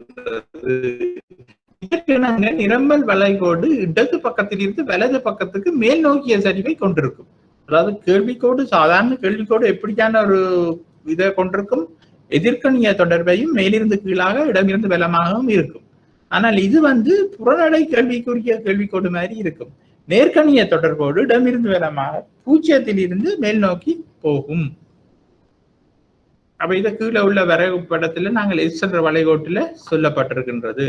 ஒரு பண்டத்தின் விலைக்கும் நிரம்பலுக்கும் இடையில் உள்ள நேர்கணிய தொடர்பு, அதாவது விலை அதிகரிக்கின்ற போது நிரம்பல் தொகையை அதிகரிக்க செய்தலும், விலை குறைவடைகின்ற போது நிரம்பல் தொகை குறைவடைதலும் நிரம்பல் விதி எனப்படும். விலைக்கும் லாபத்துக்கும் இடையே நேர்கணிய தொடர்பு உள்ளதே இதற்கான காரணமாகும். அப்ப அதை விளங்கிக் கொள்ளுங்க. விலை குறைவடைகின்ற போது நிரம்பல் குறைவடைகின்றது, விலை கூடும் பொழுது நிரம்பல் கூடுகின்றது. ஏனென்று சொன்னால் நேர்கணிய தொடர்பை காட்டுகின்றபடியாக. உற்பத்தி செலவு நிலையாக உள்ள போது உயர் விலையில் லாப சதவீதம் அதிகமாக இருக்கும். உயர்ந்தளவு லாபமானது உற்பத்தியாளர்களை ஊக்குவிக்கும். அதான் நாங்கள் மேல அந்த காரணத்தை பார்த்தோம். நிரம்பலுக்கான காரணம் அதுதான் இதிலையும் சொல்லப்படுகின்றது. போட்டி அடிப்படையிலான சந்தையில் லாபத்தை உச்சப்படுத்தும் நோக்குடன் செயலாற்றுகின்ற உற்பத்தியாளர்களின் நிரம்பலுக்கும் பண்டத்தின் நிலைக்கும் இடையிலான மேற்படி நேர்கணிய தொடர்புக்கு காரணம் பொருள்களில் குறைந்து செல்லும் விளைவு விதியை அடிப்படையாக கொண்ட லாபத்தை உச்சப்படுத்துகின்ற பகுப்பாய்வு ஆகும். அப்ப இதை நாங்கள் அடுத்தடுத்த லெசன் தான் நான் அத்தியாயம் போட்டிருந்தேன். 5வது அத்தியாயம் நீங்கள் போடாம நீங்க போடுங்க சந்தை கட்டமைப்புகள் என்ற அத்தியாயத்தில் பார்க்கலாம் என்று போட்டு விடுங்க. அதாவது நாங்கள் அடுத்ததாக காஸ்ட் படிச்சுட்டு தியரி, ப்ரொடக்ஷன் தியரி படிச்சுட்டு நாங்கள் சந்தைகள் பார்க்க போறோம். அந்த சந்தைகள்ல நீங்கள் இதை கூடுதலாக விளங்கி கொள்ளக்கூடியதாக இருக்கும். அப்ப இங்க பாருங்க, இந்த தொகைகளும் பொருளின விலை குறைஞ்சு கொண்டு போகுது, இங்க பொருளின தொகையும் குறைஞ்சு கொண்டு வருகின்றது. அப்ப கடைசியா 0 வரைக்கும் அது 0 இருக்கின்றது, 22 இருக்க 100 இருக்கின்றது, 40 இருக்க 200 இருக்கின்றது, 60 இருக்க 300 இருக்கிறது, 70 இருக்கும் பொழுது 400 இருக்கின்றது. அப்ப நீங்க அது ஒரு வரைபடமா வரைஞ்சீங்கன்னா இப்படி ஒரு வரைகோடு வரும். அப்ப நிரம்பல் கோடு என்பது எஸ் என்று நாங்கள் பொதுவாக சொல்லிக் கொள்வோம். எப்படி கேள்விக்கோட்டை நாங்கள் டி என்று சொல்லிக் கொள்கின்றோம், அதே மாதிரி இதை நாங்கள் எஸ் என்று சொல்லிக் கொள்ளுவோம். அவ உண்மையாவே நிரம்பல் கோட்டிற்கான அடிப்படை காரணம் என்ன என்று நாங்கள் பார்த்தோமே என்று சொன்னால் ஆப்பர்ச்சுனிட்டி காஸ்ட் தான், சந்தர்ப்ப செலவு தான் உண்மையான காரணம். அப்ப இந்த அட்டவணையில நீங்கள் பார்த்தீங்களா தெரியும், அதை நாங்கள் இந்த கிராஃபில் போட்டிருக்கின்றது. ஏ என்ற புள்ளியில நாங்கள் 0 அலகு சீனிய உற்பத்தி செய்யும் பொழுது 10 அலகுகள் அரிசியை உற்பத்தி செய்யக்கூடியதாக இருக்கும். அப்ப சீனிக்கான சந்தர்ப்ப செலவு அங்க 0. சரியா? சீனியை நாங்கள் உற்பத்தி செய்யவே இல்லை, அரிசியை 10 அலகுகள் உற்பத்தி செய்கின்றோம். பி என்ற புள்ளியில் சீனி அலகு ஒரு அலகு சீனியை நாங்கள் உற்பத்தி செய்யும் பொழுது 9 அலகுகள் அரிசியை நாங்கள் உற்பத்தி செய்கிறோம். அப்ப சீனிக்கான சந்தர்ப்ப செலவு -1. இரண்டா அரிசியை நாங்க குறைச்சு கொண்டு வாரோம், சீனிக்கான சந்தர்ப்ப செலவு என்ன, இங்க இழக்கப்படும் அரிசி தான் சந்தர்ப்ப செலவு, -1. அப்ப சி என்ற புள்ளி எடுத்தீங்களேன்னா 2 அலகு சீனியை உற்பத்தி செய்யறோம், அங்க அரிசியின் அலகுகள் 7 இருக்கின்றது. அவை முதல் இருந்த நிலையில இருந்து பார்க்க அரிசி 9 அலகுகள் உற்பத்தி செய்து இப்பொழுது 7 அலகுகளை உற்பத்தி செய்கிறபடியா 2 அலகுகள் குறைஞ்சிருக்கு -2 சி. டியில 3 அலகு சீனிகளை உற்பத்தி செய்ய 4 அலகு அரிசிகளை உற்பத்தி செய்கின்றோம். அப்ப சீனிக்கான சந்தர்ப்ப செலவு -3. அப்ப டி என்ற இடத்துல நாங்கள் 4 அலகுகள் அரிசியையும் 3 அலகுகள் சீனியையும் உற்பத்தி செய்கின்றோம். இந்த அலகுகள் என்று நான் சொல்றது நீங்கள் கிலோவையும் போட்டுக்கொள்ளலாம், ராத்திலையும் போட்டுக்கொள்ளலாம், மூட்டையும் போட்டுக்கொள்ளலாம், ஏதோ போட்டுக்கொள்ளும். அப்ப இந்த ஈ என்ற புள்ளியில நாங்கள் 4 அலகுகள் சீனியைத்தான் உற்பத்தி செய்கின்றோம், 0 அலகு அரிசியை உற்பத்தி செய்கின்றோம். அப்ப முன்னைய புள்ளியுடன் ஒப்பிடும் பொழுது நாங்கள் 4 அலகுகள் அரிசியை குறைச்சித்தான் இந்த சீனியை உற்பத்தி செய்ய வேண்டி இருக்கு. அதால எங்களுக்கு -4 என்ற சந்தர்ப்ப செலவு வந்திருக்கின்றது. அப்ப இந்த உதாரணத்தில் சீனி உற்பத்திக்கான சந்தர்ப்ப செலவு அரிசி தொடர்பாக எவ்வாறு அதிகரித்து செல்கின்றது என்பதை காட்டுகின்றது. சீனியின் சந்தர்ப்ப செலவு அதிகரித்து செல்வதால் உற்பத்தியாளர் படிப்படியாக சீனியின் விலையை அதிகரிப்பர். சீனியின் நிரம்பலை அதிகரித்துக் கொண்டு நிரம்பல் கொள்கையை அமைவா. அப்ப இங்க என்ன நடக்கின்றது? சந்தர்ப்ப செலவு தான் முக்கியமான காரணம். என்னென்று சொன்னால், இருக்கிற வளங்கள் குறைவு, எங்களால 2 பொருட்கள்ல ஒன்றைத்தான் உற்பத்தி செய்யலாம் என்றேக்க அரிசியை உற்பத்தி செய்வதா சீனியை உற்பத்தி செய்வதா என்ற ஒரு பிரச்சனை வருகின்றது. அப்படி அரிசியை இழந்து நாங்கள் சீனியை உற்பத்தி செய்து கொண்டு போக எங்களுக்கு அங்கே ஒரு உற்பத்தி செலவும் இருக்கின்றது, சந்தர்ப்ப செலவும் இருக்கின்றது. ஆகவே சந்தர்ப்ப செலவு அதிகரித்து கொண்டு செல்கின்றது. கவனிச்சு பாருங்க, சீனியை கூட்ட கூட்ட அரிசியின் சந்தர்ப்ப செலவு, சீனியின் சந்தர்ப்ப செலவு அரிசியை குறைக்க கூடிக்கொண்டு போகின்றது.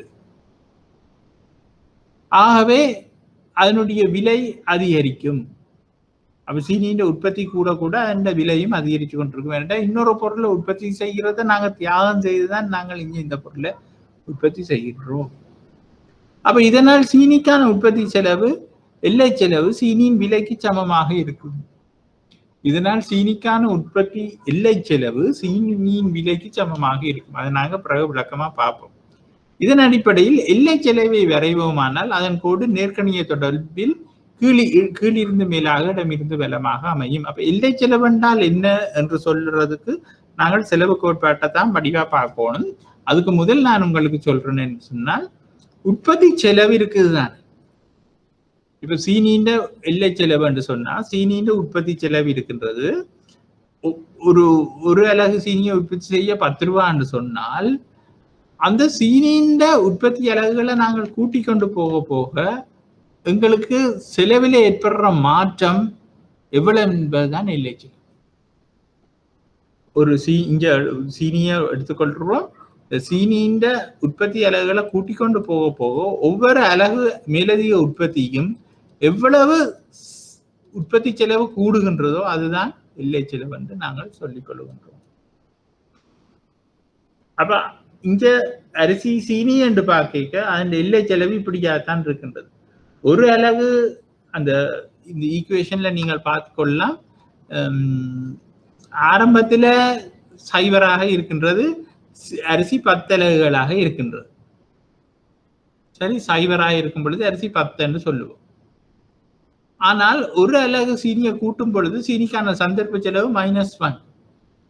அப்போ ஒரு அலகு சீனியை கூட்டும் பொழுது இதுல அந்த கிராஃப்ல ஒரு சின்ன பிள்ளை வந்திருக்கின்றது. அந்த கோடு இது வெட்டுற இடத்துலதான் பெறணும் உண்டு, கொஞ்சம் மிஞ்சால தள்ளி வந்துட்டு ஒரு டைப்பிங் மிஸ்டேக், நீங்கள் அதை திருத்திக்கணும். அப்ப சீனின்னு ஒரு அலகு கூட்டும் பொழுது இங்க 1 கூடுகின்றது சந்தர்ப்ப செலவு. அடுத்தது 2 அடுத்தது 1 கூட்டும் பொழுது 2ஆகவும் 3ஆகவும் 4ஆகவும் மாறுகின்றது. அப்ப சீனியின் உற்பத்தி ஒவ்வொன்றா தான் கூடுகின்றது. சீனி 2ஆக வரும் பொழுது அரிசியும் 2ஆகின்றது. சரி, ஆனால் அடுத்தது 3ஆகும் பொழுது சீனியின் உற்பத்தி 3ஆக மாறும் பொழுது சீனிக்கான சந்தர்ப்ப செலவு -3ஆக மாறுகின்றது, 3ஆக வரும். 4ஆகும் போது 4 ஆகின்றது.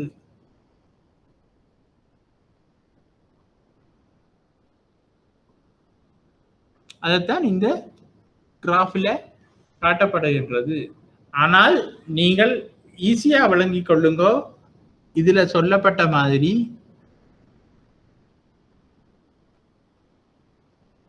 சீனிக்கான உற்பத்தி எல்லை செலவு சீனியின் விலைக்கு சமமாக இருக்கும் என்றது. விலைக்கு சமமாக இருக்கும், இல்லாட்டா கூடுதலாக இருக்கும். குறைவாக இருக்கும் என்றால் அங்க உற்பத்தியாளன் வந்து அரிசியை உற்பத்தி செய்து போட்டு போவான். இதுதான் அதில் தாற்பயம். ஒரு சீனியை ஒருத்தன் விற்கிறான்டா, அவன் விற்கிற விலை வந்து அரிசி உற்பத்தி செய்யாம விடுற சந்தர்ப்ப செலவும் இல்லாட்டா அதுல பார்க்க கூடுதலாக இருக்க வேண்டும்.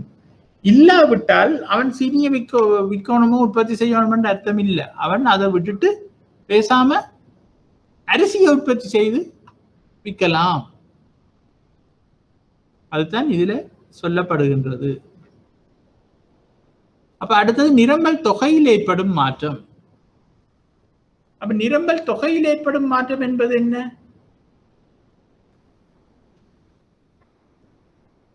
அப்ப விலையில் ஒரு பொருளுக்கான விலையில் மாற்றம் ஏற்படும் பொழுது நிரம்பல் தொகையில் என்ன மாதிரி மாற்றம் ஏற்படுகின்றது என்பதை சொல்வதுதான் நிரம்பல் தொகையில் ஏற்படும் மாற்றம். அதாவது ஏனைய காரணிகள் மாற்றமடையாமல் இருக்கும் பொழுது அந்த பொருளுக்குரிய விலையில் ஏற்படும் மாற்றமானது நிரம்பல் தொகையில் எவ்வாறு மாற்றத்தை ஏற்படுத்தும் என்பதை காட்டுவதுதான் நிரம்பல் தொகையில் ஏற்படும் மாற்றம்.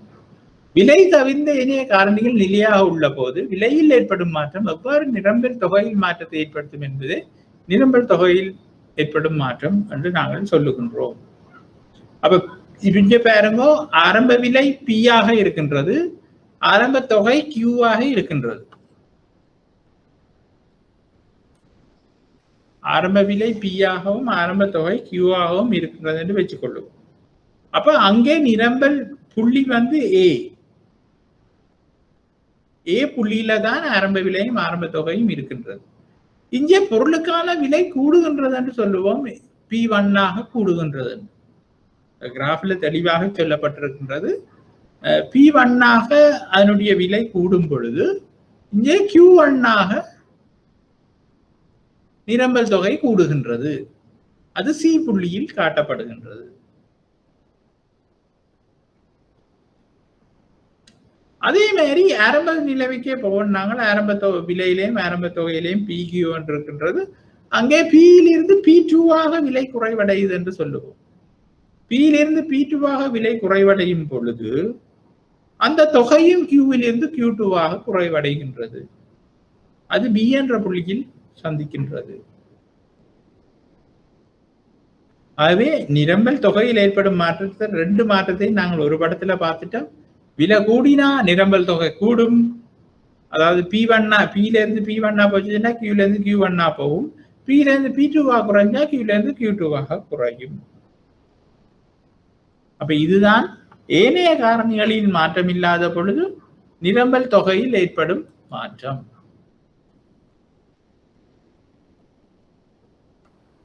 அப்ப அடுத்தது நிரம்பலில் ஏற்படும் மாற்றம். ரெண்டு விஷயம் இருக்கு. ஒன்று நிரம்பல் தொகையில் ஏற்படும் மாற்றம், மற்ற நிரம்பலில் ஏற்படும் மாற்றம்.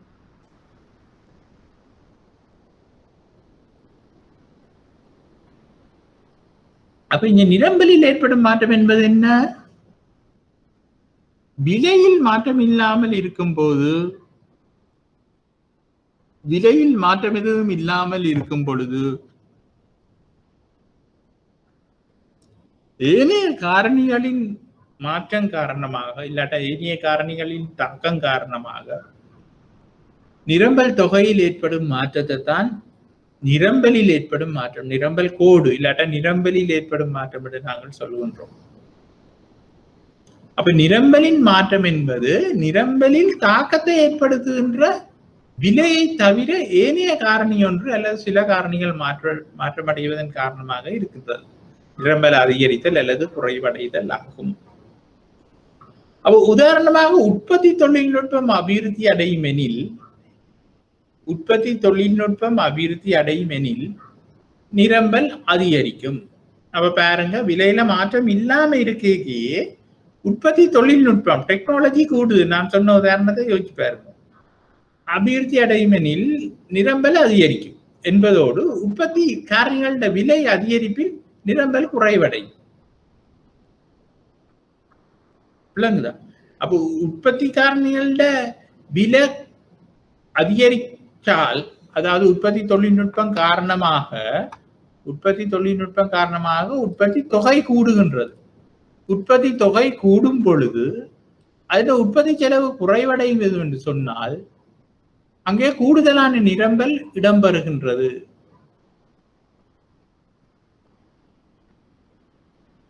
சரியா? அடுத்தது எந்த ஒரு காரணியிலும் மாற்றம் நிரம்பலில் ஏற்படுகின்ற தாக்கத்தை சாதாரண அறிவின் மூலம் இனம் காணல் வேண்டும். நிரம்பலின் அதிகரிப்பு அதே அளவில் நிரம்பல் வளைகோட்டை வலது பக்கமும் பெயர்க்க செய்வதன் மூலம் நிரம்பலில் குறைவு அதே அளவில் நிரம்பல் வளைகோட்டை இடது பக்கம் செய்வது மூலம் ஏற்படுகின்றது. உதாரணமாக உங்களுக்கு இப்ப எஸ் என்றதுதான் நடுவில் இருக்கிற கோடு தான் ஆரம்ப கோடு என்று எடுத்துக்கொள்ளுவோம். அப்ப நான் இப்ப முதல் சொன்ன இந்த நிரம்பல் கூடுகின்றது என்று சொன்னால் அது வலப்பக்கம் வரும். அப்போ உற்பத்தி தொழில்நுட்பம் காரணமாக அந்த பொருளின் சந்தைக்கு கூடுதலான பொருட்கள் வருகின்றது அதே விலையிலே என்று சொன்னால் அது S2ஆக மாறும். தொகை S2ஆக மாறும். நிரம்பல் கோடு S2ஆக மாறும். தொகை Q2ஆக மாறும். அதே சமயம் ஒரு பேட் டெக்னாலஜி சிஸ்டம் என்று சொல்லுவோம். ஒரு ஃபெயிலியரான டெக்னாலஜி முறையின் மூலமாக பொருட்களின் உற்பத்தி குறைவடையுது என்று சொன்னால் அங்கே பொருளுக்கான நிரம்பல் குறைவடையும். அப்ப அதே விலையில பாருங்க எஸ்ல இருந்து S1ஆக குறைவடைகின்றது அந்த நிரம்பல் கோடு. ஏதோ ஒரு பேட் டெக்னாலஜி ஃபெயிலியர் காரணமாக அந்த பொருட்களின் உற்பத்தி குறைவடைகின்றதுன்னு வச்சுக்கொள்ளுங்க. குறைவடையும் பொழுது அது இடது பக்கம் நகரும். இடது பக்கம் நகரும் பொழுது S1ஆக அது குறைவடைந்து Q1 என்ற தொகையில் போய் நிற்கின்றது அதே விலையில். அப்ப இதைத்தான் நாங்கள் சொல்றது நிரம்பல் விலையில் மாற்றம் ஏற்படாத போது தொகையில் ஏற்படுகின்ற மாற்றம்.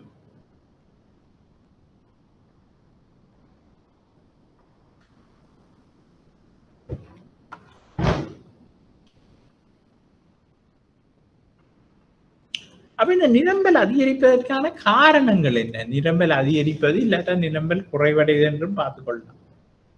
ஆனா முதல் நிரம்பல் அதிகரிப்பதற்கான காரணங்களை பார்ப்போம். பிரதியீட்டு பொருட்களின் விலை குறைவடையும் பொழுது உதாரணமாக பானும் அரிசியும் என்று எடுத்துக்கொண்டால் இங்க நாங்க பானுன்ற கிராஃபை தான் பார்த்து கொண்டிருக்கிறோம் என்று சொன்னால் அரிசியின் விலை குறைவடையும் பொழுது இங்கே விலையில் மாற்றம் இல்லாம பானுன்ற விலையில மாற்றம் இல்லாம இருக்க அதுல கேள்வி தொகை கூடும்.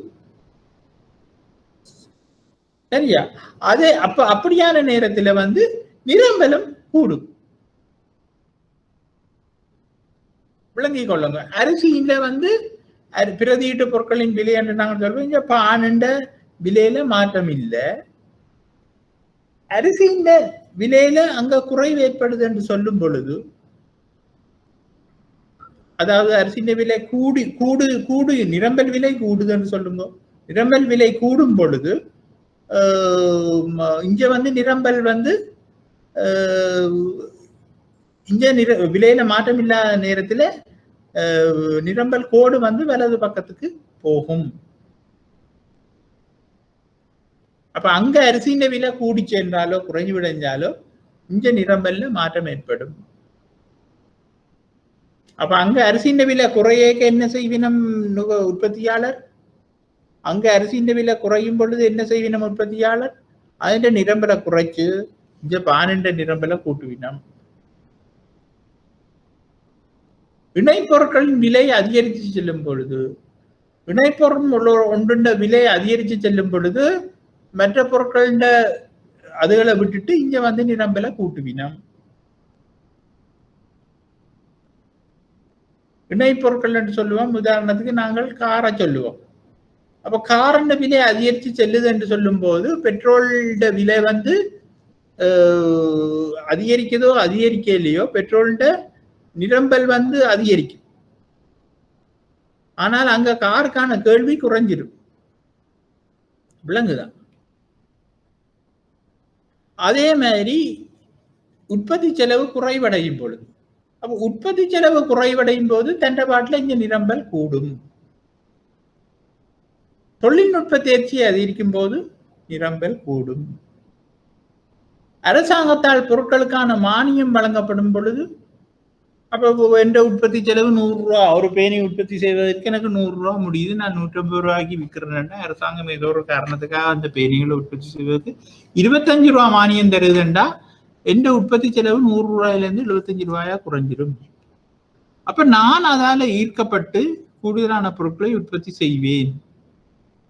அப்ப அது பேனிக்கான நிரம்பல்கள் அதிகரிப்பதற்கு ஒரு காரணமாக அமைகின்றது.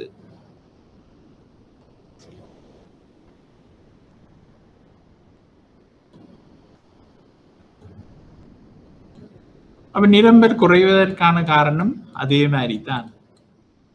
அப்ப அதை நாங்கள் பார்த்து கொண்டால் லேசு. அடுத்தது நிரம்பலுக்கான விலை நெகிழ்ச்சி. அப்ப இந்த இதிலேயே நீங்கள் போட்டுக்கொள்ளும் நிரம்பல் தொகையில் ஏற்படும் வீதாசாரத்தின் கீழ் விலையில் ஏற்படும் வீதாசாரம்.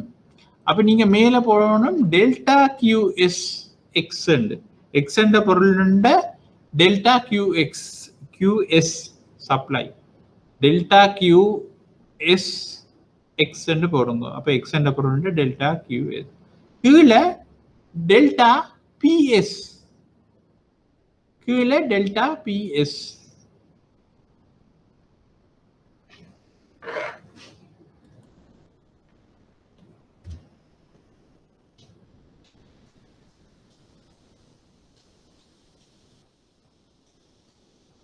இது நான் அங்க முதல் கேள்விக்கு போட்ட மாதிரியே வருமானத்துக்கு போட்ட மாதிரியே வருகின்றது. Delta QS of X.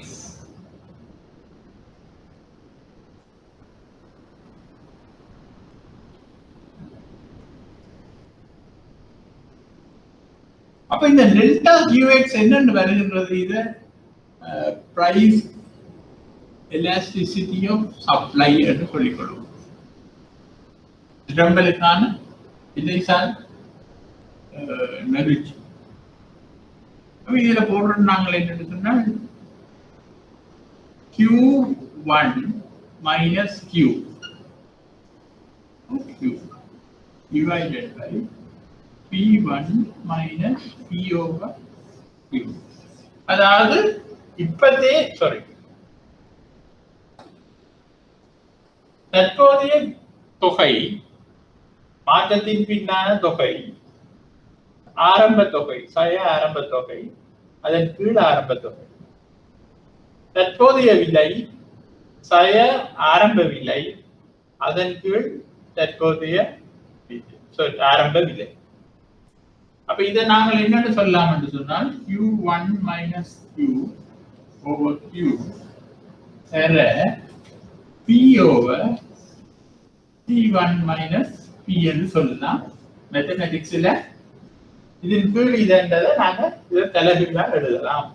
தர போட்டுட்டு தலைகீழா எழுதலாம். அப்ப அப்படி அதை நாங்க லேசா சொல்றோம்னா P over Q Q1 minus Q over P1 minus P என்று சொல்றோம்.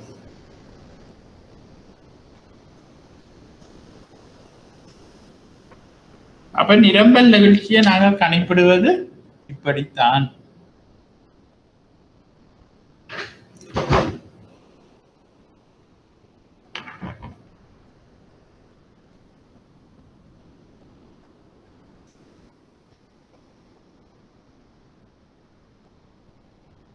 இதுல ஏதாவது விளக்கமின்மை ஏதாவது இருக்குமெண்டா உடனே கேளுங்க.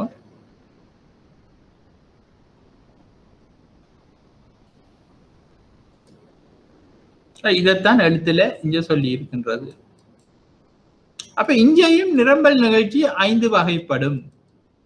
ஒன்று பூரண நிரம்பல் நிகழ்ச்சி, ஒன்றுக்கு மேற்பட்ட நிரம்பல் நிகழ்ச்சி, அடுத்தது ஒன்றுக்கு சமமான நிரம்பல் நிகழ்ச்சி, அடுத்தது ஒன்றுக்கு குறைவான நிரம்பல் நிகழ்ச்சி, அடுத்தது பூரண நிகழ்ச்சி அற்ற நிலை இல்லாட்டா பூச்சிய நிகழ்ச்சி.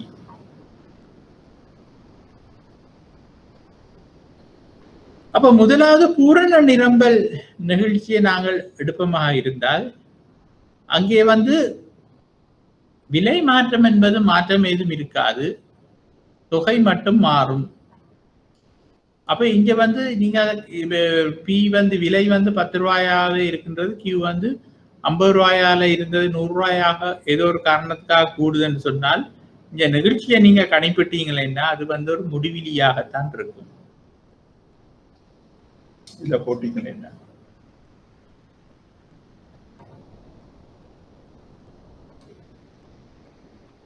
அப்ப அடுத்தது வந்து ஒன்றுக்கு மேற்பட்ட நிரம்பல் நிகழ்ச்சி. அப்போ ஒன்றுக்கு மேற்பட்ட நிரம்பல் நிகழ்ச்சி என்பது பெரும்பாலும் ஒரு ஆடம்பர பொருட்களுக்குரிய நிரம்பல்களாகத்தான் இருக்கும். விலை மாற்ற விகிதாசாரத்திலும் பார்க்க தொகை மாற்ற விகிதாசாரம் கூடுதலாக இருப்பின் அது ஒன்றுக்கு மேற்பட்ட நிரம்பல் நிகழ்ச்சியாக கருதப்படும். அப்ப நேர்குத்து அச்சை ஊடறுத்து செல்லக்கூடிய எந்த ஒரு நிரம்பல் கோடும் ஒன்றுக்கு கூடிய நிரம்பல் நிகழ்ச்சியை கொண்டிருக்கும். அப்ப நேர்குத்த அச்சை ஊடறுத்து கொண்டு செல்லக்கூடிய நிரம்பல் கோடோ இல்லாட்டா கிடையச்சுக்கு சாய்வாக இருக்கின்ற நிரம்பல் கோடோ ஒன்றுக்கு கூடிய நிகழ்ச்சியுடையதாக இருக்கும். இங்கே நீங்க கவனிச்சு பார்த்தீங்கன்னா விலை மாற்றத்திலும் பார்க்க தொகை மாற்றம் என்பது கூடுதலாக இருக்கும். ஒரு சின்ன விலை மாற்றத்திலேயும் உற்பத்தியாளர்கள் வந்து கூடுதலான பொருட்களை உற்பத்தி செய்ய பார்ப்பினம், இல்லாட்டா ஒரு சின்ன விலை குறைப்புக்கும் நல்லா அந்த தொகையை குறைச்சிடு நிரம்பல் தொகையை குறைச்சிடுவினம். அது வந்து ஒன்றுக்கு மேற்பட்ட நிரம்பல் நிகழ்ச்சி.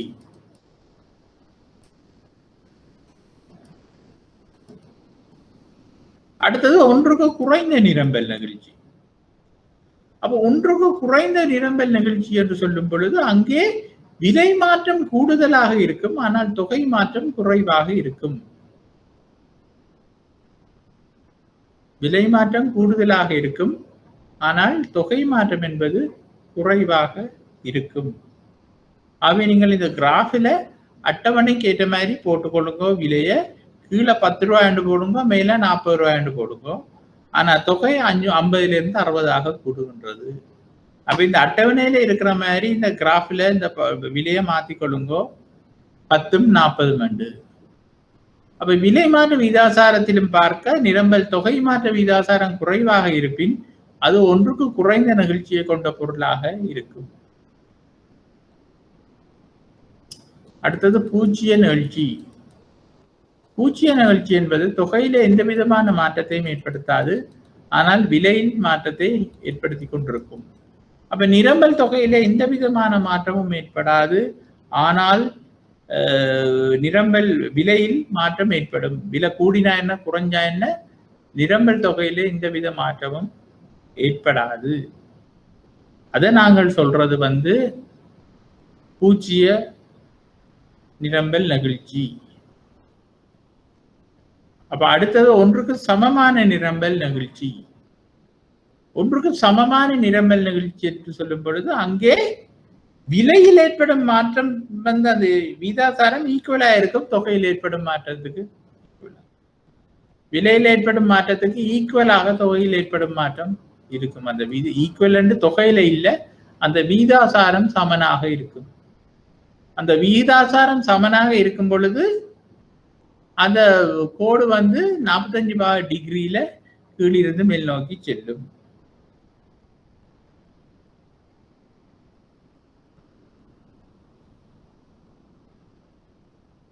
அடுத்தது வந்து நிரம்பலுக்கான விலை நிகழ்ச்சியை தீர்மானிக்கும் காரணிகள். நிரம்பலுக்கான விலை நிகழ்ச்சியை தீர்மானிக்கும் காரணிகள். முதலாவது உற்பத்தி இயலளவு, ப்ரொடக்ஷன் கெப்பாசிட்டி என்று நாங்கள் அதை சொல்லுவோம். உற்பத்தி இயலளவு அல்லது ப்ரொடக்ஷன் கெப்பாசிட்டி என்று நாங்கள் அதை சொல்லுவோம். ஒரு துறையானது தனது உச்ச இயலளவு நிலையில் இருந்து குறைவாக இயங்குமானால் அதன் நிரம்பல் நிகழ்ச்சி ஒன்றுக்கு கூடியதாக இருக்கும். ஆனால் உற்பத்தி ஒரு உச்ச இயலளவில் இயங்குமானால் அதற்கு மேலாக உற்பத்தியை அதிகரிக்க முடியாது. அந்த இடத்தில் நிரம்பல் நிகழ்ச்சி குறைவானதாக இருக்கும். அப்ப நீங்கள் இதை கவனிச்சு பாருங்க. உற்பத்தி இயலளவு என்பது ப்ரொடக்ஷன் கெப்பாசிட்டி. அப்ப நாங்கள் இயங்க கூடிய நிலை 100 என்று சொன்னால் நாங்கள் 20 தான் நீங்க 100 பொருட்களை ஒரு மணித்தியாலத்துக்கு உற்பத்தி செய்யலாம் என்று சொன்னா 20 பொருட்களை தான் நாங்கள் இப்ப உற்பத்தியை செய்து கொண்டிருக்கிறோம், 20 பொருட்களை தான் மனத்தியாலத்துக்கு உற்பத்தி செய்து கொண்டிருக்கிறோம் என்று சொன்னால் அது அந்த நிகழ்ச்சி ஒன்றுக்கு கூடியதாக இருக்கும். ஏன்னா நாங்கள் நினைச்ச நேரத்துல அந்த விலையில ஒரு சின்ன மாற்றம் ஏற்பட்டாலும் எங்களால கூடுதலான அளவு அந்த ப்ரொடக்ஷனை கூட்டக்கூடியதாக இருக்கும். ஆனால் அந்த 100 உற்பத்தி செய்யக்கூடிய நிலைமையில நாங்கள் 95 பொருட்களை மனத்தியாலத்துக்கு உற்பத்தி செய்து கொண்டிருக்கிறோம். எங்களால 5 பொருட்களை தான் ஒரு மனத்தியாலத்துக்கு எங்களோட கெப்பாசிட்டியால கூட்டலாம். அப்படி இருக்கும் பொழுது எங்களால ஏலாது அந்த பொருட்களோட விலை கூடினாலும் நிரம்பல கூட்ட இயலாது. மிஞ்சி 5 அலகுகளால தான் கூட்டலாம். அப்ப ஆரம்பத்துல நாங்கள் 20-30 இருக்கும் பொழுது 80 அலகுகளாக கூட்டி எங்கட நிரம்பல கூட்டக்கூடியதா இருந்தது. பொருட்களோட விலை மாறும் பொழுது இங்க இயலாம இருக்கின்றது. அப்ப எந்த கட்டத்திலையும் விலை மாற்றத்துக்காக எந்த கட்டத்திலையும் உற்பத்தி இயலளவு தீர்மானிக்கின்றது இந்த நிரம்பல் விலை நிகழ்ச்சியை. அப்ப களஞ்சியப்படுத்தல் வசதிகள், அப்ப சில பொருட்களை களஞ்சியப்படுத்தக்கூடிய வசதிகள் இருக்கும் என்று சொன்னால் அதன் நிகழ்ச்சி கூடியதாக இருக்கும். ஏன்னா நாங்கள் ஸ்டோர் பண்ணி போட்டு எந்த நேரம் சப்ளை பண்ணலாம். எங்கள்கிட்ட ஸ்டோரிங் ஃபெசிலிட்டிஸ் இல்லை என்று சொன்னா நாங்கள் அந்தந்த நேரம் தான் உற்பத்தி செய்து விட வேண்டி இருக்கும். அப்ப அப்படியான நேரத்தில் எங்களுக்கு நிரம்பல் நிகழ்ச்சி அந்த பொருளுக்கு குறைவாக இருக்கும். உதாரணமாக ஸ்டோரேஜ் ஃபெசிலிட்டி, ஐஸ்கிரீம் இல்லாட்டா நிறைய இந்த குளிரூட்டப்பட வேண்டிய பொருட்கள், பதனிடப்பட வேண்டிய பொருட்கள், அவையில நாங்கள் நிரம்பல் செய்கிற ஆட்களுக்கு களஞ்சியப்படுத்தல் வசதிகள் கஷ்டமாக இருக்கும், களஞ்சியப்படுத்தல் செலவுகள் கூடுதலாக இருக்கும். அப்ப அப்படியான நேரத்துல அவையில் அந்த களஞ்சியப்படுத்தக்கூடிய வசதிகள் இல்லாத சந்தர்ப்பத்துல அவர்களால உடனுக்குடனே அந்த நிரம்பலை செய்து கொள்ள முடியாது. அப்ப அப்படியான நேரத்துல அங்க நெகிழ்ச்சி கூடியதாக இருக்கும். ஆனா இலேசான பொருட்களை களஞ்சியப்படுத்தி விற்கிற ஆட்களுக்கு இலேசாக களஞ்சியப்படுத்தி வச்சுக்கொள்ளலாம் எல்லா இடங்கள்லையும். அதுக்கு ஏற்படும் விலை மாற்றங்களோ என்ன மாற்றங்களுக்கு ஏற்ற மாதிரியும் அந்த நிரம்பலை கூட்டி குறைத்துக் கொள்ளக்கூடியதாக இருக்கும். அவசரமாக கூட்டணும் நிரம்பலைன்னா அவையிலால கூட்டலாம். ஆனா களஞ்சியப்படுத்தல் வசதிகள் குறைவாக உள்ள ஆக்களால அது செய்து கொள்வது கடினம். அப்ப களஞ்சியப்படுத்தல் வசதிகளும் இதை தீர்மானிக்கிற ஒன்றாக அமைகின்றது.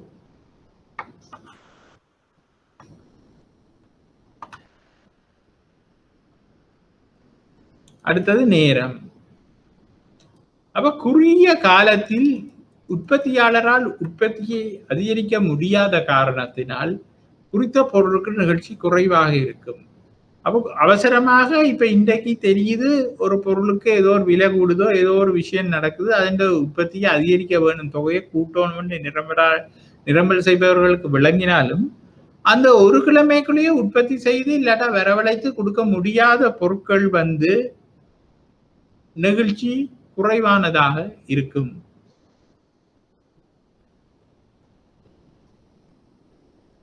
அதே சமயம் நினைச்ச நேரம் அவையிலால கொடுக்கக்கூடியதாக இருந்தால் அதை நாங்கள் நெகிழ்ச்சி கூடிய பொருளாக நாங்கள் சொல்லிக் கொள்ளுவோம். அப்ப நேரம் என்பதும் முக்கியமானதாக இருக்கின்றது. இறக்குமதி செய்து விற்பனை செய்கின்ற பொருட்களோ இல்லாவிட்டால் உற்பத்தி செய்து நீண்ட உற்பத்திக்கு பின் வழங்க வேண்டிய பொருட்களோ இல்லாட்டால் வேற வேற காரணங்களால் உற்பத்தி தடப்பட்டு கொண்டிருக்கின்ற சில பொருட்களோ அவற்றிற்கான நெகிழ்ச்சித்தன்மை குறைவாக இருக்கும். அப்படி அல்லாத பட்சத்தில் உடனுக்குடனே கொடுக்கக்கூடியதாக இருந்தால் நெகிழ்ச்சி கூடியதாக இருக்கும். உதாரணமாக இப்ப பான் உற்பத்தி எடுத்துக்கொள்ளுங்க. நினைச்சளவு கோதுமை எங்களுக்கு கிடைக்குது என்று சொன்னா டக் டக்குன்னு பானை பேக் பண்ணி போட்டு கொடுக்குறோம் தானே பேக்கரியில. அதுவே கோதுமை மாவுக்கு தட்டுப்பாடாக இருக்குமா இருந்தால் அவர்களால அந்த குறிப்பிட்ட நேரத்துக்குள்ள பானை பேக் பண்ணி கொடுக்க முடியாத தன்மைகள் இருக்கு, பானை தயார் பண்ணி கொடுக்க முடியாத தன்மைகள் இருக்கு. அடுத்தது உற்பத்தி காரணிகளின் நுகர்வு தன்மை. உற்பத்தி காரணிகளை இலகுவாக எங்களால நுகர முடியக்கூடியதாக இருந்தால் அந்த உதாரணத்துக்கு சில சில ஃபேக்டரிகள் போடுறதுக்குரிய நிலங்கள், உழைப்புகள், வேலை வாய்ப்புகள், அந்த அந்த உற்பத்தியில நாலேஜ் உள்ள ஊழியர்களை எங்களால் பிடிக்கக்கூடியதாக இருந்தால் அது வந்து நிரம்பல் நிகழ்ச்சி கூடியதாக இருக்கும். அப்படி எங்களால் நுகர்வு கஷ்டமாக இருக்கும் பொழுது, அதாவது அப்படியான வேலையாட்களையோ இல்லாட்டா காணி பூமிகளையோ ஃபேக்டரி அமைப்பதற்கான காணிகளை லேசாக எடுத்துக்கொள்ளக்கூடிய இல்லாத பட்சத்தில் அங்கே நிரம்பல் நிகழ்ச்சி குறைவாக அமையும். அடுத்தது உற்பத்தி காரணிகளின் கிடைப்பெனவும் இதற்கு ஒரு காரணம். உற்பத்தி காரணிகள் என்று நாங்கள் சொல்ற நிலம், உழைப்பு, மூலதனம், முயற்சி ஆகிய 4ம் பிளென்டியாக இருக்கும் என்றால், கூடுதலாக தாராளமாக இருக்கும் என்று சொன்னால் அவற்றை வந்து நாங்கள் நிரம்பல் நிகழ்ச்சி கூடியது என்று சொல்லிக் கொள்ளுவோம். ஆனால் அவை தட்டுப்பாடாக இருக்குமாக இருந்தால் அந்த நிரம்பல் நிகழ்ச்சி நாங்கள் குறைவாக இருக்கும் என்று நாங்கள் சொல்லிக் கொள்ளுவோம்.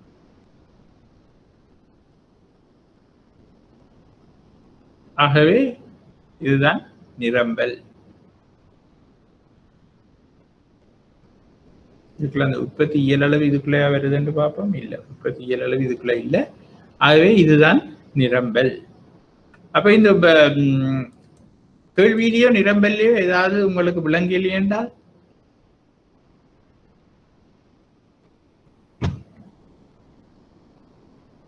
கேள்வியிலேயோ நிரம்பல்லையோ உங்களுக்கு ஏதாவது விளங்கலையே என்றால் எனக்கு சொல்லுங்க.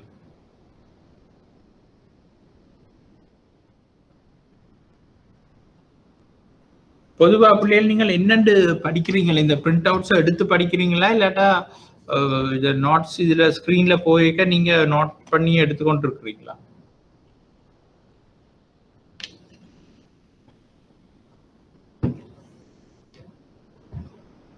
எனக்கு இதில் தெரிவித்தால் நன்றாக இருக்கும்.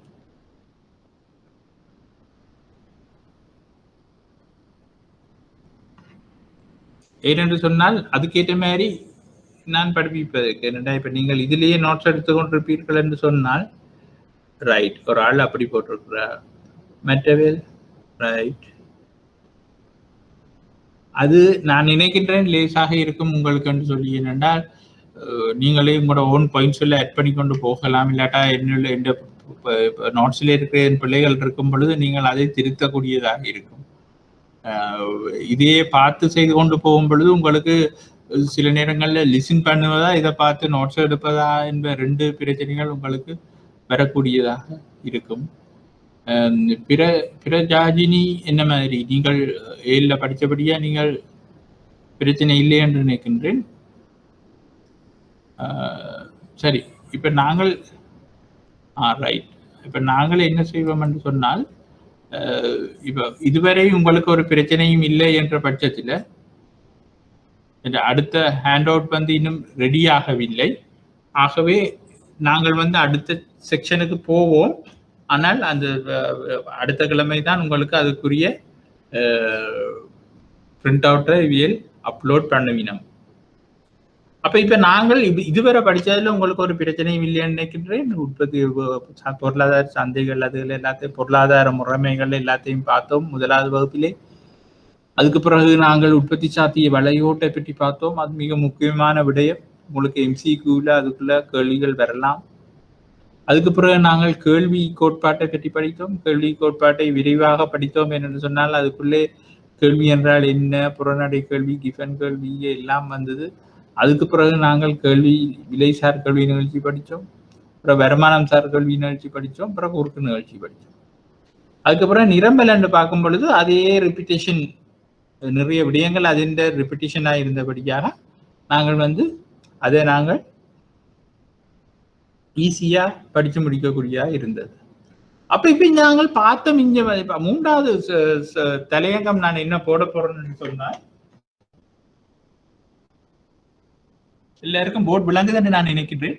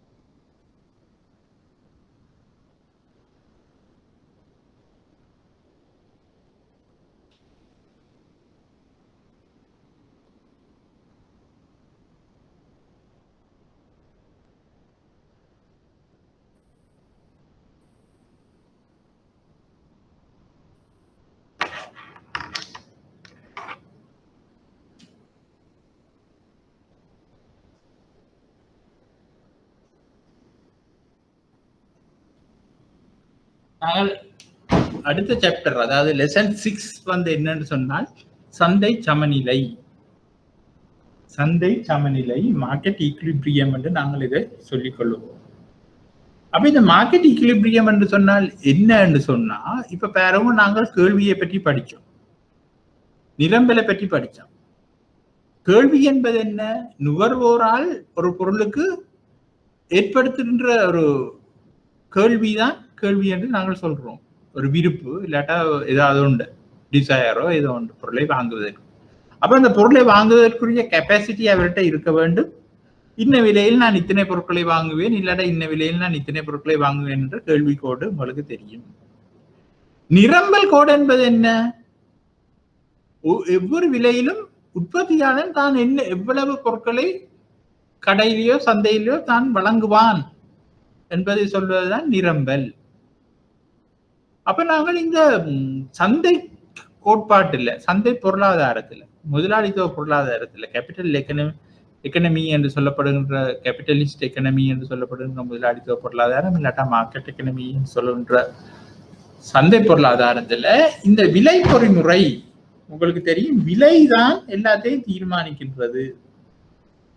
அப்ப இந்த விலை பொறிமுறையின் அடிப்படையில் சந்தை சமநிலை, எந்த விலையில சந்தை சமநிலை அடையும், எந்த விலையில ஒரு குறிப்பிட்ட பொருளை நுகர்வோன் வேண்டுவான், எவ்வளவு பொருட்களை வேண்டுவான், அதே சமயம் அதே விலையில உற்பத்தியாளனால் எவ்வளவு பொருட்களை விற்பனை செய்ய முடியும் என்பதை பார்ப்பதுதான் இந்த சந்தை சமநிலை.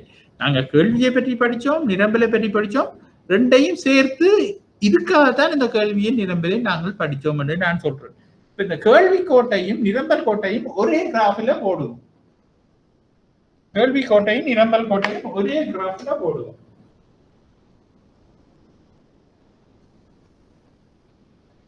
அப்ப இது விலை, இது தொகை. எக்ஸ் என்ற பொருளுக்குரிய விலை, இது தொகை. சொல்லுவேன், இதுதான் நிரம்பல் கோடு.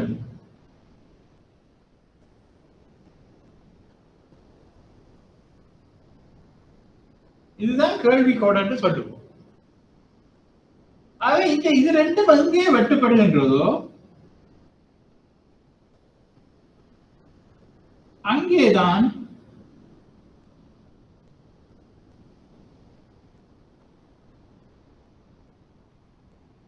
சந்தை சமநிலை அடைகின்றது என்று நாங்கள் சொல்லிக் கொள்கின்றோம்.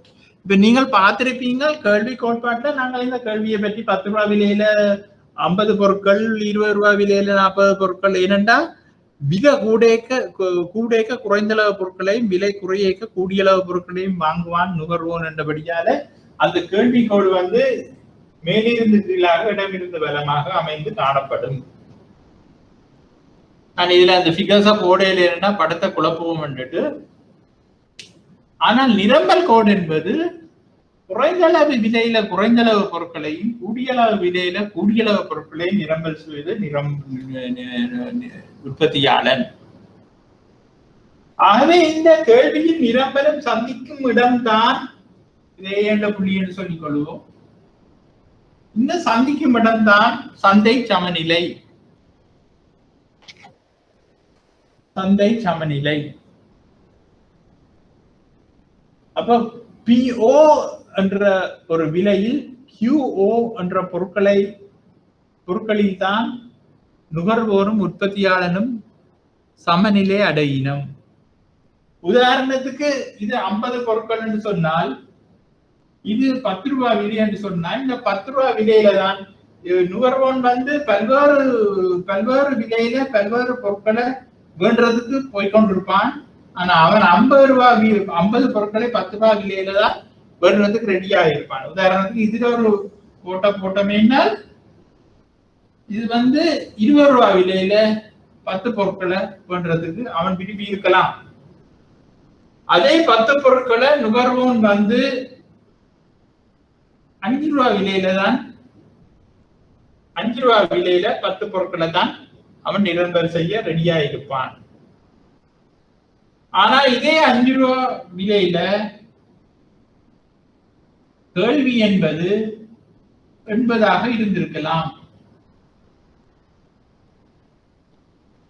ஆனா இதே 5 ரூபாய் விலையில கேள்வி 80 இருக்கும் பொழுது நிரம்பல் செய்வோன் 10 பொருட்களை தான் நிரம்பல் செய்து கொண்டிருப்பான். ஆனா பாருங்க 20 ரூபாய் விலையில கேள்வி 10 அலகுகளாகத்தான் இருக்கின்றது. ஆனா நிரம்பல் செய்பவன் நாங்க இப்படி வருவோம் 80 பொருட்களை நிரம்பல் செய்ய ரெடியா இருக்கின்றான். நாங்கள் இந்த கிராஃப் அடுத்த கிழமை தான் கிடைக்கும். பாருங்க 20 ரூபாய் விலையில 10 பொருட்களை தான் நுகர்வோன் உற்பத்தி செய்ய வாங்குவதற்கு விரும்புவான்.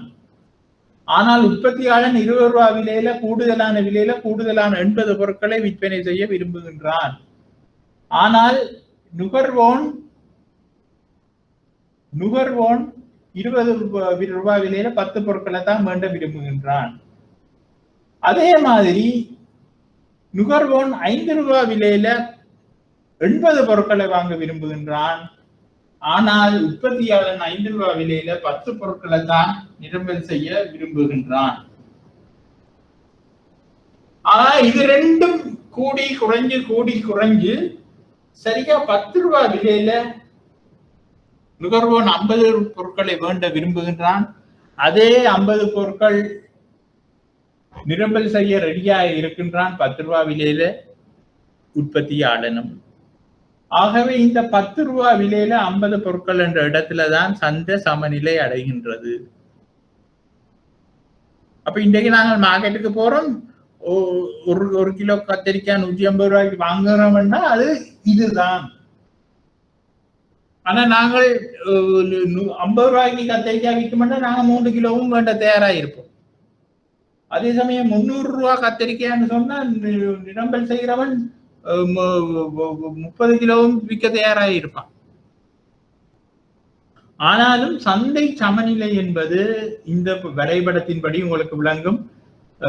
நுகர்வோருட விருப்பும் உற்பத்தியாளருட விருப்பு வெறுப்பும் எதிர்மறையானதாக இருப்பதால் ஒரு இடத்தில் அது சந்திக்கின்றது. சந்திக்கும் இடம் என்பது இங்கு PO QO ஆக இருக்கின்றது. அப்ப சந்தை சமநிலை என்று நாங்கள் இங்க சொல்லுவது A என்ற புள்ளியத்தான். 10 ரூபாய் விலையில 50 பொருட்களை விற்கிறது தான் சந்தை சமநிலை என்று நாங்கள் சொல்லுகின்றோம்.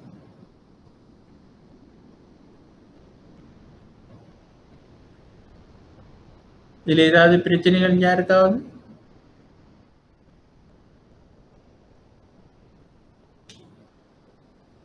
சரி, அப்ப அப்படி என்று சொன்னால் இந்த 5 ரூபாய் விலையில நிரம்பல் செய்பவன் 10 பொருட்களை தான் விற்கக்கூடியதாக இருக்கின்றது, இல்லாட்டா விற்க முன்வருகின்றான். 80 பொருட்களை நுகர்வோன் வாங்குவதற்கு தயாராக இருக்கின்றான் என்றால் அதன் அர்த்தம் என்ன?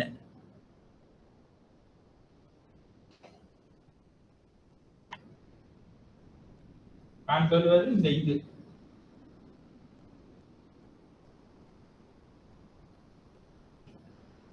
பாருங்க, 5 ரூபாய் விலையில சப்ளை 10 பொருளாதான் இருக்கின்றது, நிரம்பல் 10 பொருட்கள்.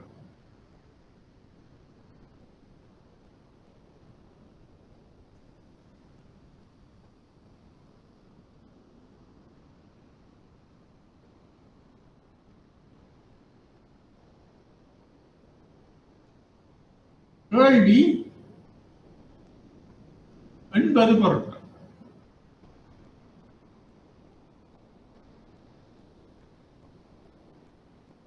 அப்ப இங்க கேள்வியும் நிரம்பலும் சமநிலை அடைஞ்சிருக்கின்றதா? இங்கு கேள்வியின் நிரம்பலும் சமநிலை அடைந்திருக்கின்றதா? இல்லை. அப்ப இங்க என்ன நடந்திருக்குது? 5 ரூபாய் விலையில நிரம்பல் 10, கேள்வி 80 என்று சொன்னா கேள்வி எவ்வளவு ஆளா கூடியிருக்கின்றது? கேள்வி கூடியிருப்பது 700 பொருட்களால, 70 பொருட்களால.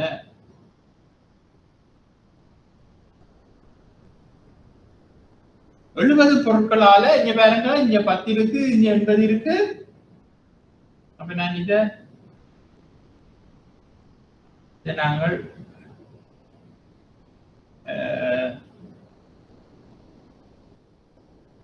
இ என்ற புள்ளியாக சொல்லுவோம். இ என்ற புள்ளி என்று சொல்லுவோமா? இதை எஃப் என்ற புள்ளியாக சொல்லிக் கொள்வோம். அப்ப சமநிலை விலை 10 ரூபாயும் 50 ரூபாயும் இருக்கும் பொழுது 5 ரூபாய் விலையில என்ன நடக்கின்றது? நிரம்பல் 10ஆகத்தான் இருக்கின்றது, கேள்வி 80 இருக்கின்றது. அப்ப இங்க என்ன நடக்கின்றது? கூடுதலான கேள்வி இருக்கின்றது. 70 பொருட்களுக்கு கேள்வி கூடுதலாக இருக்கு என்று சொல்லி இருக்கின்றோம். அப்ப இதை நாங்கள் சொல்லுவது மிகை கேள்வி. கேள்வி மிகையாக உள்ளது, மிகை கேள்வி. அப்ப இதை சொல்லுவோம் நாங்கள் எக்ஸஸ் டிமாண்ட் இல்லாட்டா மிகை கேள்வி.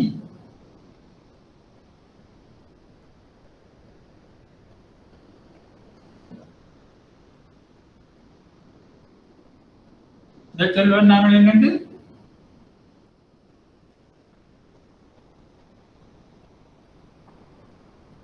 மிகை கேள்வி. அப்ப இங்க 20 ரூபாய் விலைக்கு போவோம். இப்ப நான் சி என்றோம், இதை டி என்றோம், இந்த புள்ளிய டி என்றோம், இதை சி என்றோம். அப்ப 20 ரூபாய் விலையில உற்பத்தியாக 80 பொருட்களை நிரம்பல் செய்ய ரெடியா இருக்கின்றான். பாருங்க, 20 ரூபாய் விலையில எந்த கோட்ல சப்ளை கோட்ல எங்க முட்டுது? 80 விலை. ஆனால் கேள்வி வந்து எங்க முட்டுது? சி என்ற போயிட்டு. அப்ப பாருங்க, 20 ரூபாய் விலையில்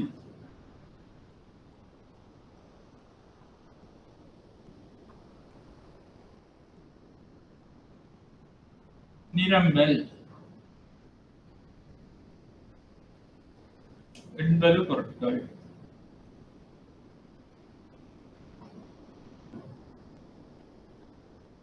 கேள்வி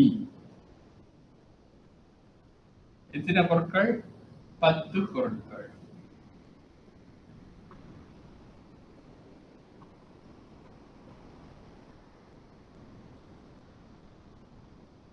ஆகவே இங்கே இருக்கிற 70 பொருட்களை என்னென்று நாங்கள் சொல்லுவோம்.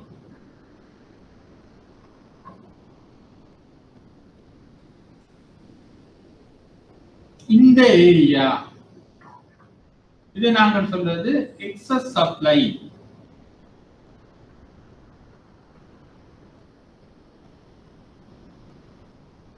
அதாவது இந்த 10 ரூபாய் விலையில சமநிலை அடைகிற ஒரு பொருளுக்கான சந்தையில 20 ரூபாய் விலையில கூடுதலான உற்பத்தியாளர் நிரம்பல் செய்ய இருக்கிறோம், அதே சமயம் குறைந்த நுகர்வு செய்ய இருக்கிறோம். ஆக இங்கே 70 பொருட்கள் மிகை நிரம்பலாக உள்ளது.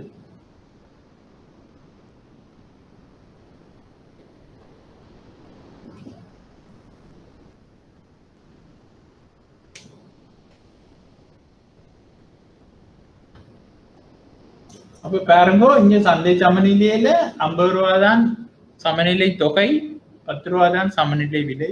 இங்க 5 ரூபாய் விலையில வந்து 70 பொருட்கள் மிகை கேள்வியாக வந்து அமைகின்றது. 20 ரூபாய் விலையிலே 70 பொருட்கள் மிகை நிரம்பலாக வந்து அமைகின்றது. ஆகவே நீங்கள் இதில் ஒன்று விளங்கிக் கொள்ளணும் என்று சொன்னால், எப்பவுமே சந்தை சமநிலைக்கு மேல் பக்கம் உள்ள இடங்கள் எல்லாம் மிக நிரம்பலாகத்தான் இருக்கும். சந்தை சமநிலைக்கு கீழே உள்ள இடங்கள் எல்லாம் மிக கேள்வியாக இருக்கும்.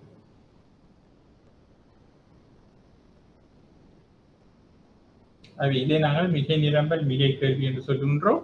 வார முறை இந்த மிகை கேள்விக்கும் மிகை நிரம்பலுக்கும் நாங்கள் ஒரு கிராஃப் என்ன மாதிரி போகும் என்றதை நாங்கள் அதை கிராஃபே இருக்கும், அதை நாங்கள் அதை பார்த்து கொண்டால் சுகம். அடுத்ததாக இங்கே சொல்லப்படுவது வந்து என்னென்று சொன்னால், நுகர்வோர் மிகை என்றொன்று உள்ளது.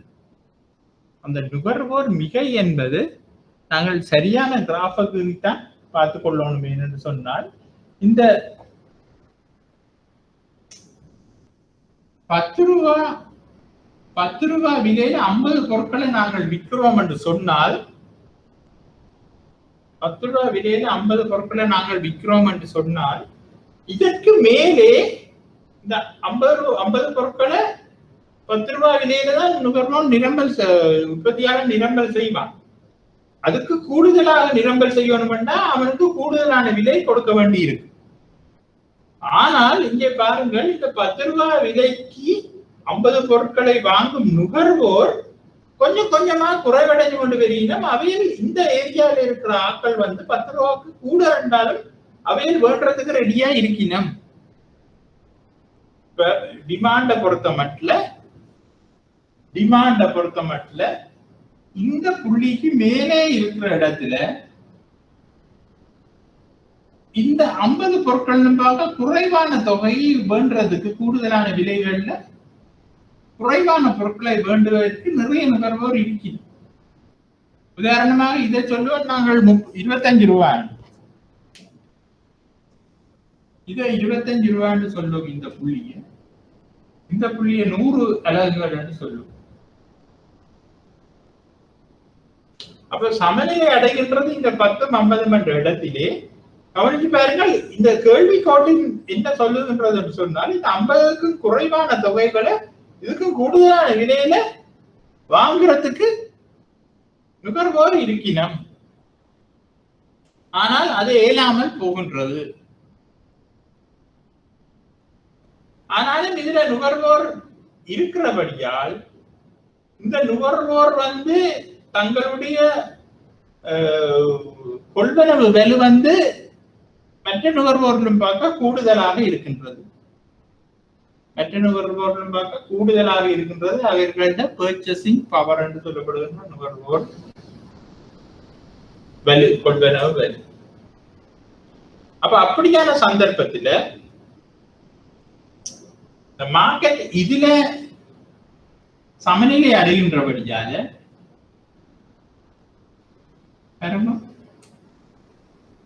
இந்த ஏரியால இருப்பத எங்களால அந்த மார்க்கெட்ல இருக்கிற உற்பத்தியாளரால் இவர்கள் வந்து வேண்டக்கூடியதா இருந்தாலும் அவர்களிடம் இருந்து அந்த பொருட்களை விட்டு வேண்ட முடியாம இருக்கிறதா மார்க்கெட் வந்து இந்த இடத்துல சமநிலை அடைவதால. அதால இந்த ஏரியாவை நாங்கள் சொல்றது கன்சியூமர் சர்ப்ளஸ், நுகர்வோர் மிகை என்று நாங்கள் சொல்லிக் கொள்வோம். கன்சியூமர் சர்ப்ளஸ், அதாவது நுகர்வோர் கொஞ்சம் பேர் இருக்கணும், அவர்களுடைய அந்த மிகைய எங்களால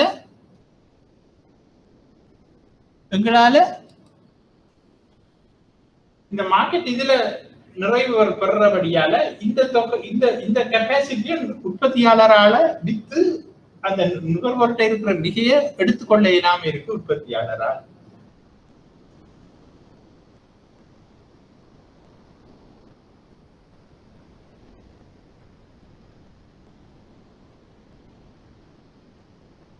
நுகர்வோர் மிகை என்று இந்த ஏரியா நாங்கள் சொல்லிக் கொள்கிறோம். அதே மாதிரி பாருங்க, உற்பத்தியாளர்கிட்ட சப்ளை கர்வ பாருங்க, இதுல இருந்து இப்படியே போய்கொண்டிருக்கிறது சப்ளை கர்வ்.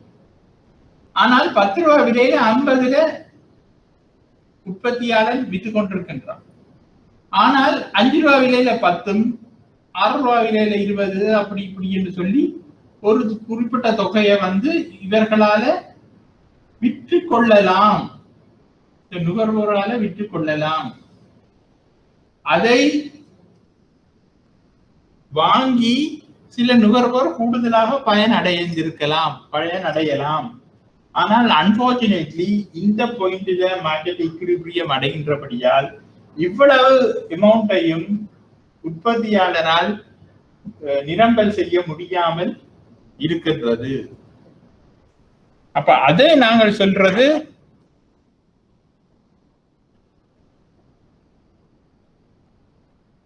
ப்ரொடியூசர்ஸ் சர்ப்ளஸ் என்று சொல்லுவோம்.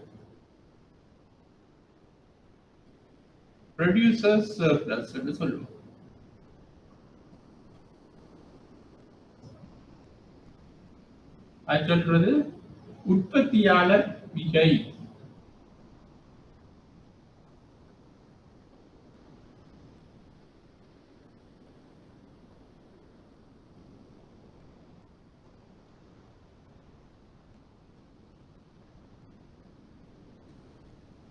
அப்ப இதை நாங்கள் சொல்லுவோம் உற்பத்தியாளர் மிகை என்று.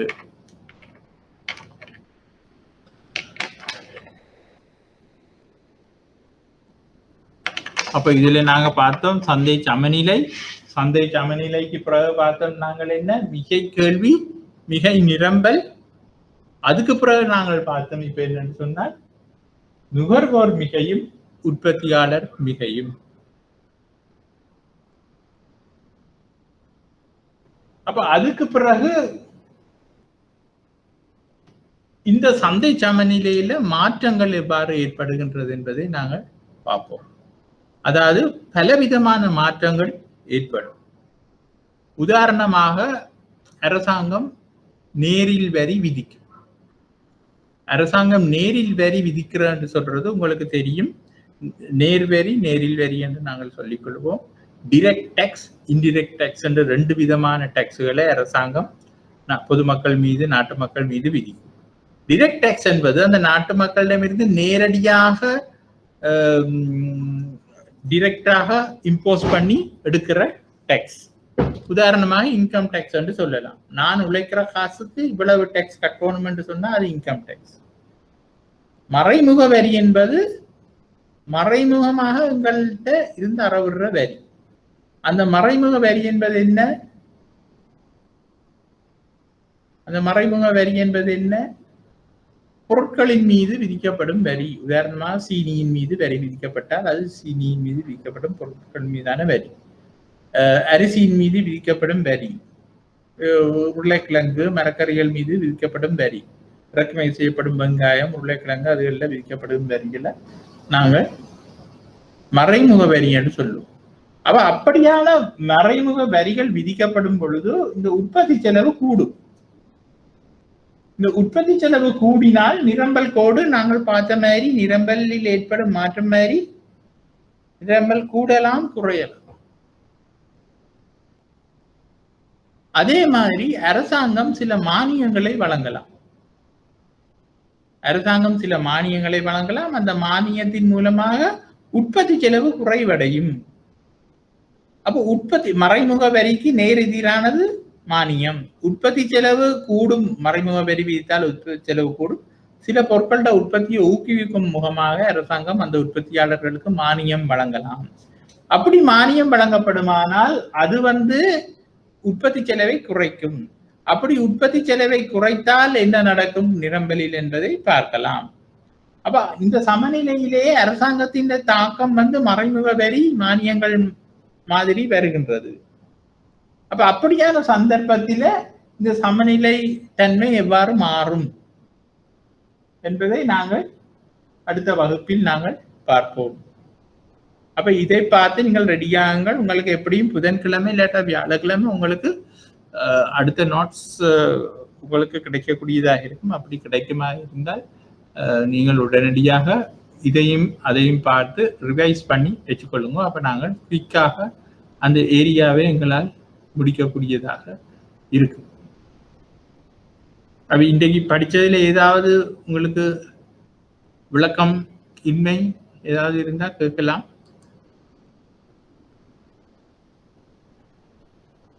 ஒரு ஆள் இப்ப லேட்டா தான் வந்தீங்கள், உங்களுக்கு விளங்குமா இல்லாட்டா என்ன மாதிரி விளங்கி கொள்ளுவீங்களான்னு எனக்கு தெரியாது. ஏதாவது கேள்விகள் இருக்குதா மாணவர்களே?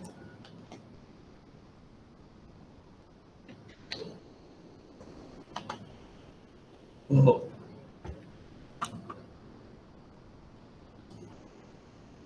வேற யாக்கள்?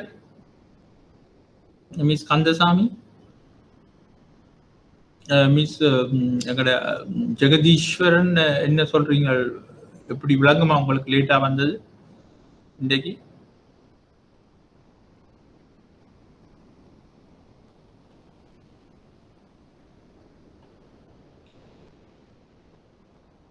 ஓகே, ஏற்கனவே படிச்சிருக்கிறீங்களா? நீங்க ஏற்கனவே ஏ லெவல்ல படிச்சிருக்கிறீர்களா இந்த இதுகள் எல்லாம்? இல்லைத்தானே? அப்ப பிரச்சனை இல்லை, நீங்கள் பிக்கப் பண்ணிக்கொள்ளுங்க. உங்களுக்கு டியூஸ்டே இல்லாத வென்ஸ்டே இது அப்லோட் பண்ணப்படும். அவை நன்றி, வணக்கம். அடுத்த சாட்டர்டே மீட் பண்ணுவோம். தேங்க்ஸ்.